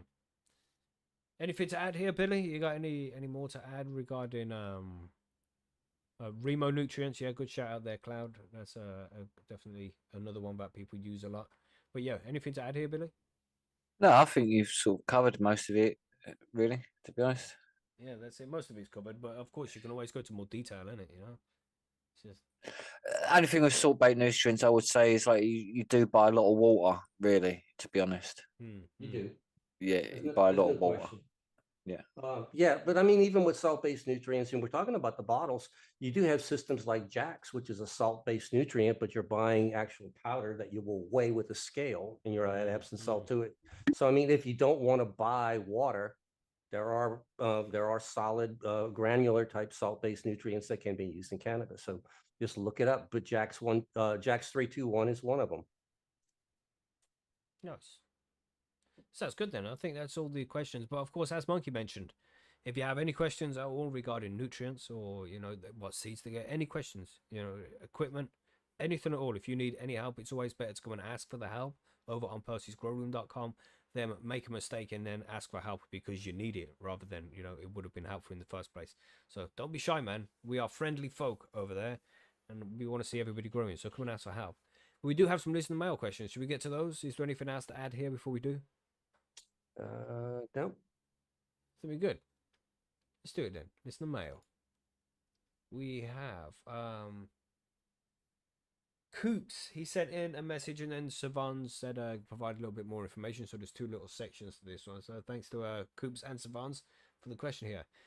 Coops asks, how can I prevent the pH of my feed from swinging out of range when I come back to it? For example, I pH at 5.55. I come back a day later and it will be 6.4. Should the feed be stored in a certain way to prevent this? And he adds more to this afterwards. He says, the newts I'm using are Advanced Nutrient Sensi CalMag 0.7 milliliter, Canna A 0.7 milliliter, Canna B 0.7 milliliter. That's per liter, everybody, yeah? And then Rhizotonic, which is another Canna nutrient which you can use for the plant throughout the early days of growth. That's 1 milliliter per liter. That's the order I mix my newts in. I use RO water. Also, my EC doesn't swing that much, only by a few points. My EC yesterday was 788. Today it's 793. Do not know if that helps, but yeah, it helps. It explains some of the stuff, right? It would start off, the biggest flag is you said 788 and 793 for your EC. That's not going to be EC. That's going to be parts per million. And there's different scales of parts per million depending on where your meter has come from. Different countries have different scales, so it can never be too accurate. When it comes to growing plants, what they would use in like a lab is an EC meter, because that's accurate.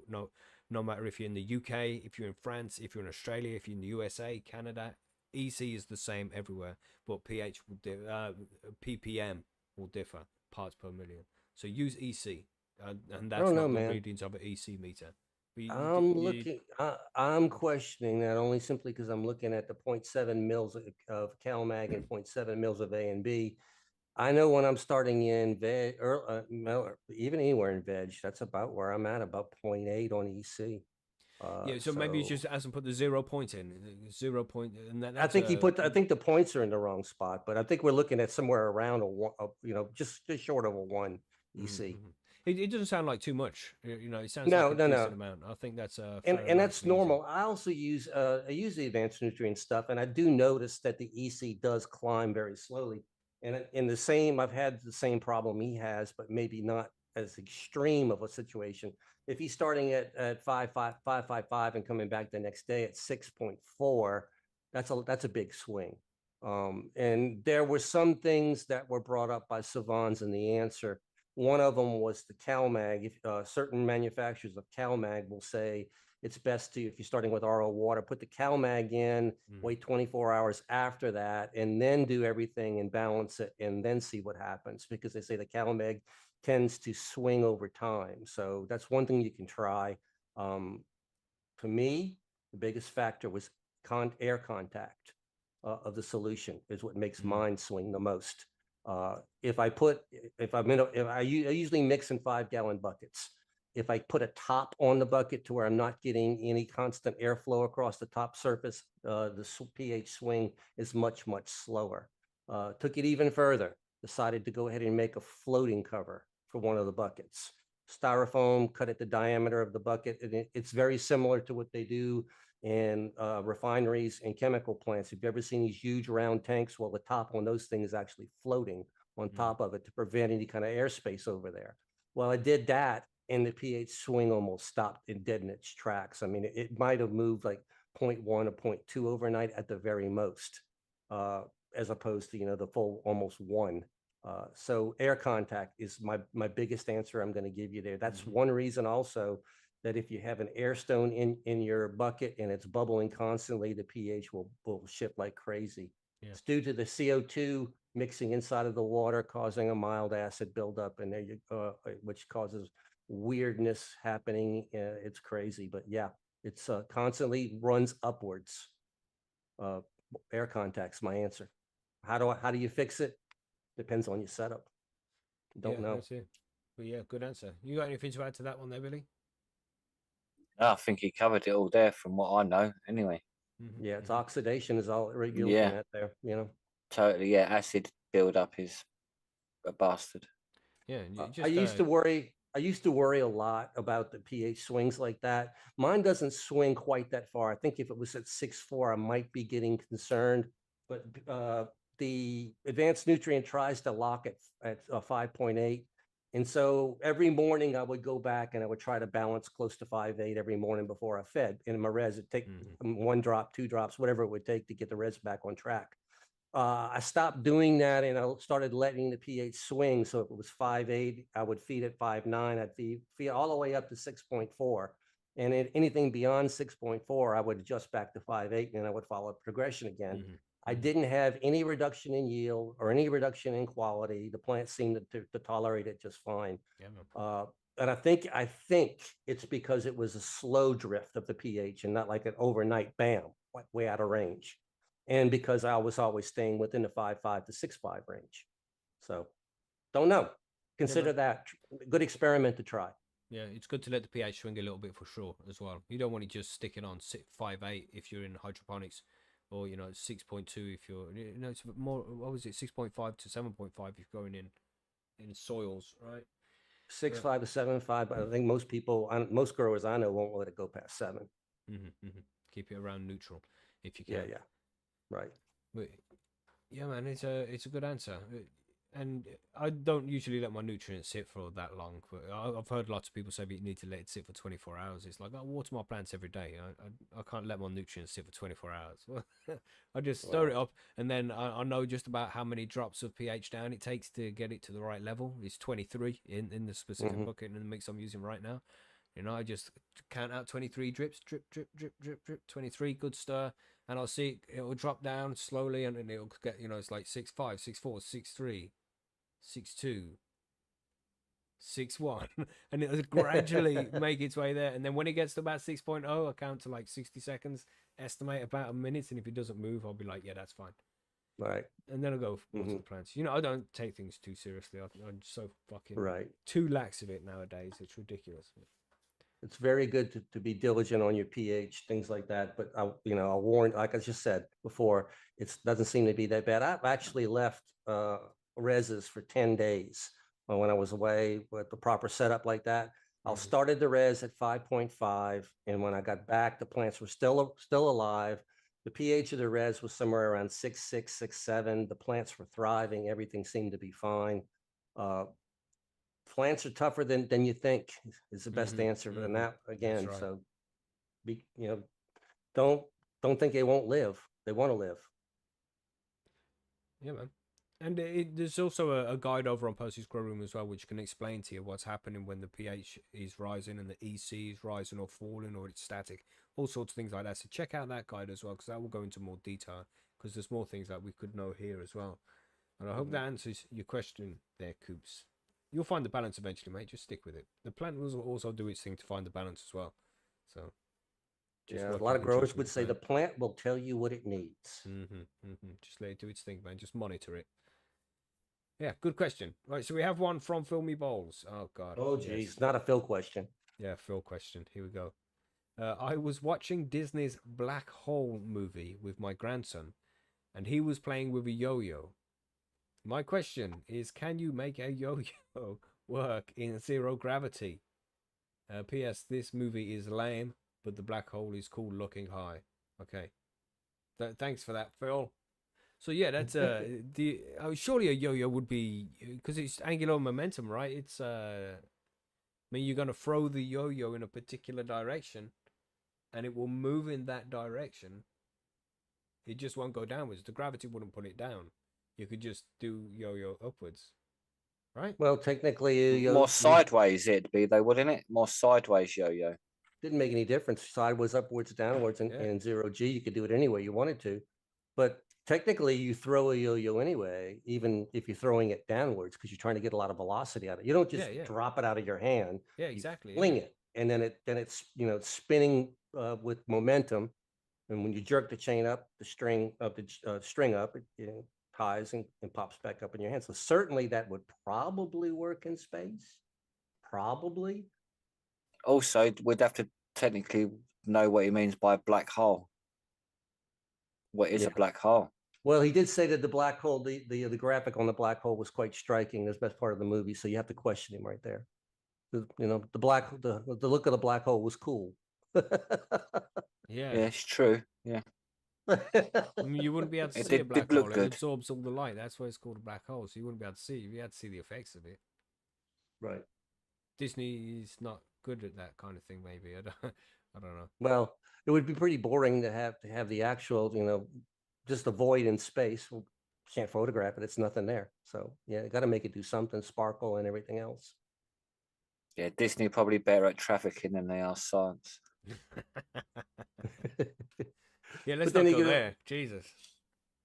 But what would happen in space? You're in a spacecraft, and you fling this yo-yo down, and the string breaks, and now you got this yo-yo that's got a high angular momentum and a high speed, ricocheting all around your spacecraft in a zero G sort of kind of frictionless environment. That would be fun. Would it be frictionless though? Because it would have atmosphere inside the spacecraft, right? Yes, sort of, kind of, but still, no gravity to keep dropping it down to the ground. It's on the ceiling. It's bang, bang, bang, bang, bang, bang, bang. Yeah, sooner or later, entropy would suck up all the energy. It should stop going, but it would be a pretty wild ride, or yo-yo ricocheting around the cabin in zero G. I just want to get. What about a frisbee? Yeah. If you got a yo-yo, what about a frisbee? Oh, you wouldn't even have to spin a frisbee. You could just push it to the guy across the room. Yeah, that's what I mean. Right, yeah. That'd be interesting. You could sort of you could sort of follow it along and roll your joint on top of it. Like just stash your weed on top and raise like a quick roll of joint where it's floating along. Like you could use it as a rolling table. And then when you get to the other end, there you go. Your mate's got the lighter there waiting for you. Yeah, that's the bigger question. How would you roll a joint in zero G? Yeah. Damn. These questions can get a bit crazy sometimes. Yeah, I think that's a bigger question. How do you keep the weed on the paper to roll a joint in zero G? Yeah. I suppose I think we need to get a scientist on to ask these important questions. All right, we need to write a grant request so we can go to space and research this. How do you roll a joint? I think enough people want to know this answer. Definitely. I reckon we should ask Musk, because they're going to need to know when they get to Mars and on the way, because it's so fucking long. Someone's going to need a joint, isn't they? Fucking hell, you're up there for how long? Well, as soon as they legalize in the U.S., you don't think Bezos is going to want to have weed on his flights? There you go. So we need to experiment. I think write in and put your name up. I want to go and be an astronaut in space to be high. I want to be high in space. There you go. I want to be a joint roller in space. Yeah. Interesting question. Yeah. What a job. Thanks for that, Phil. Thanks for that. We always kind of get on a tangent with Phil's questions. You know how that goes. I think we did have a question somewhere in chat, but that might have gone now. Did you have any questions in chat there, everybody, in the live chat? Just drop a Q before it so we know that you're talking to us. I did see one, but it was a while ago. There, I think I've got it. From Dank Dixie and from Cookie Grow, there's two here. Can you use grow A and B and then add extras like potash for flour. Yeah, that's the idea there. That's PK, yeah. Yeah, the A and B is just the NPK, a certain amount, usually 311, usually for the grow, and then you add the PK afterwards if you're using canna specifically. But most grow A and B or bloom A and B would just be the micronutrients. Then you add additives after it. You can grow on just the basics of the grow A and B and bloom A and B. You don't have to add anything extra. You should use CalMag because it does need a bit extra calcium. But all those added extra, the silica, the worm tea, PK, all these different things, none of that is necessary. That's all added stuff to make the grow better and to grow happier. But the basic stuff you need is just the A and B. We like to keep it as simple as possible. Yeah, and to make the nutrient companies more money. That's the other reason it's there. Really don't need it unless you want to buy it. You make it your choice, not theirs. Yeah.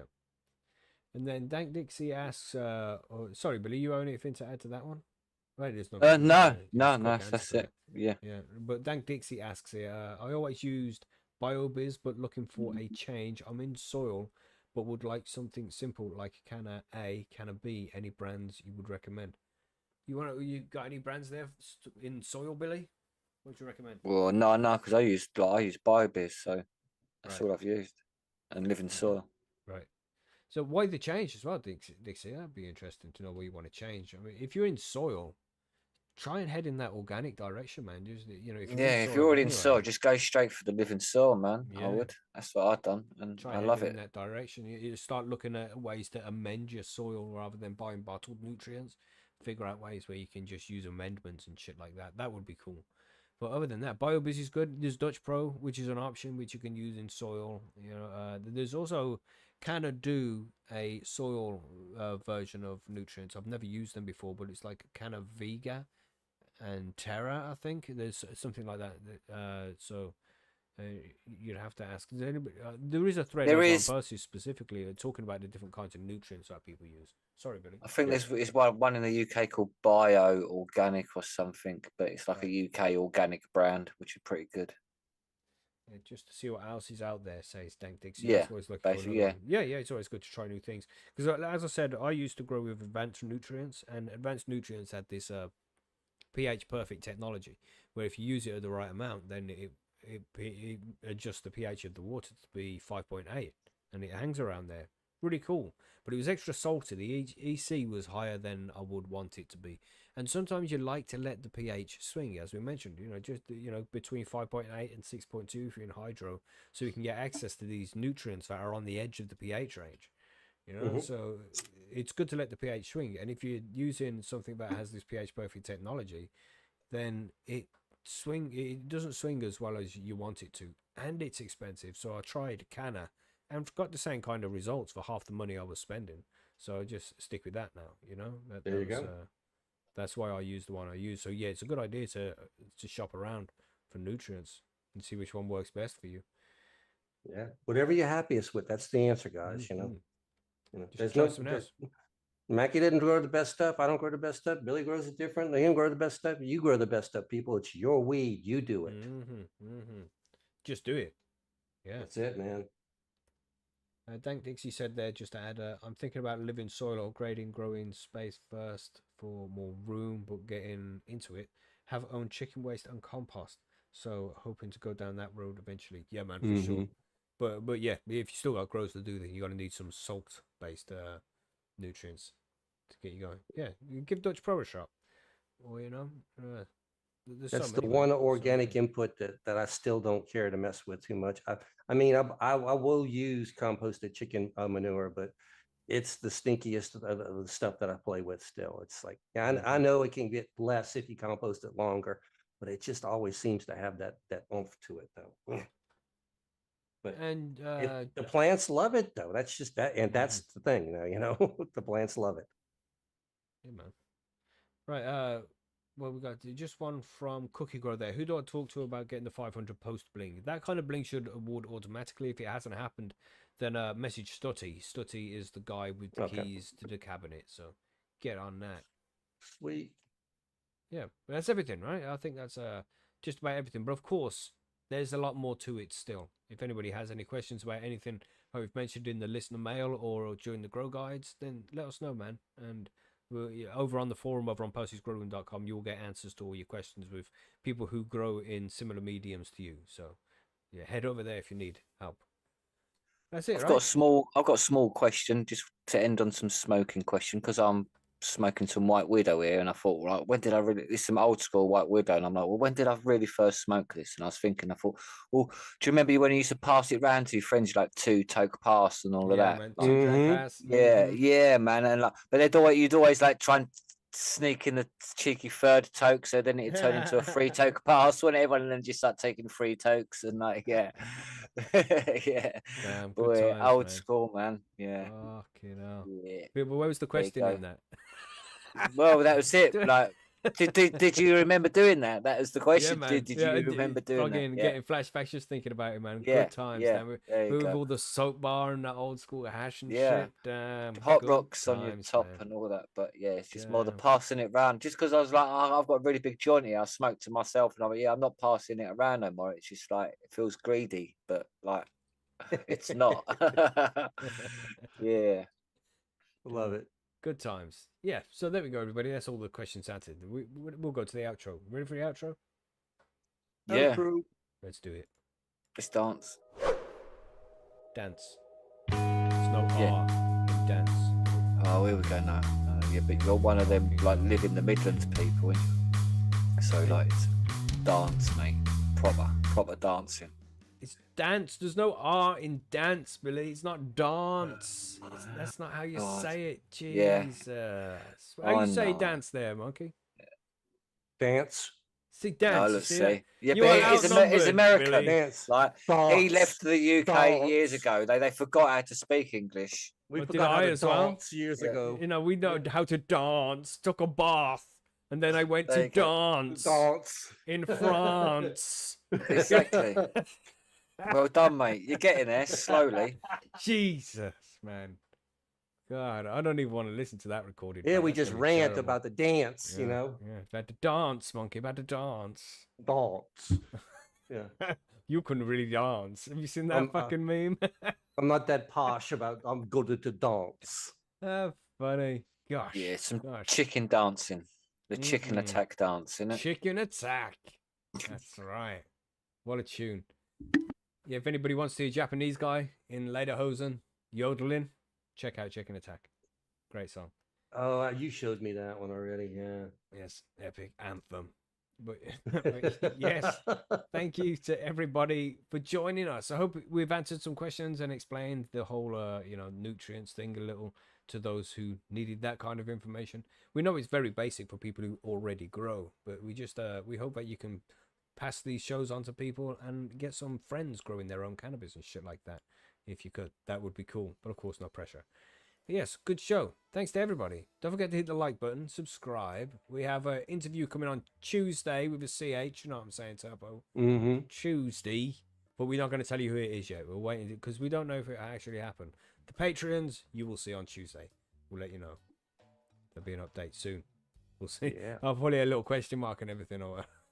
Huh? Today's guest, question mark. That's right. Yes, good show.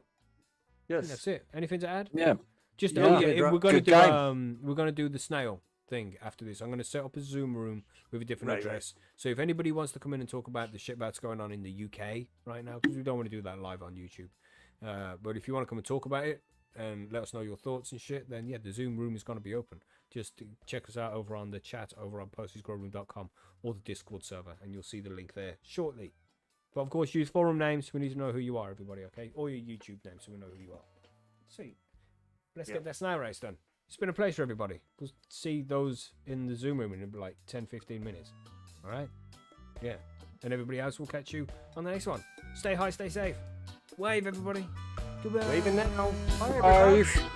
Wave. See you soon either way.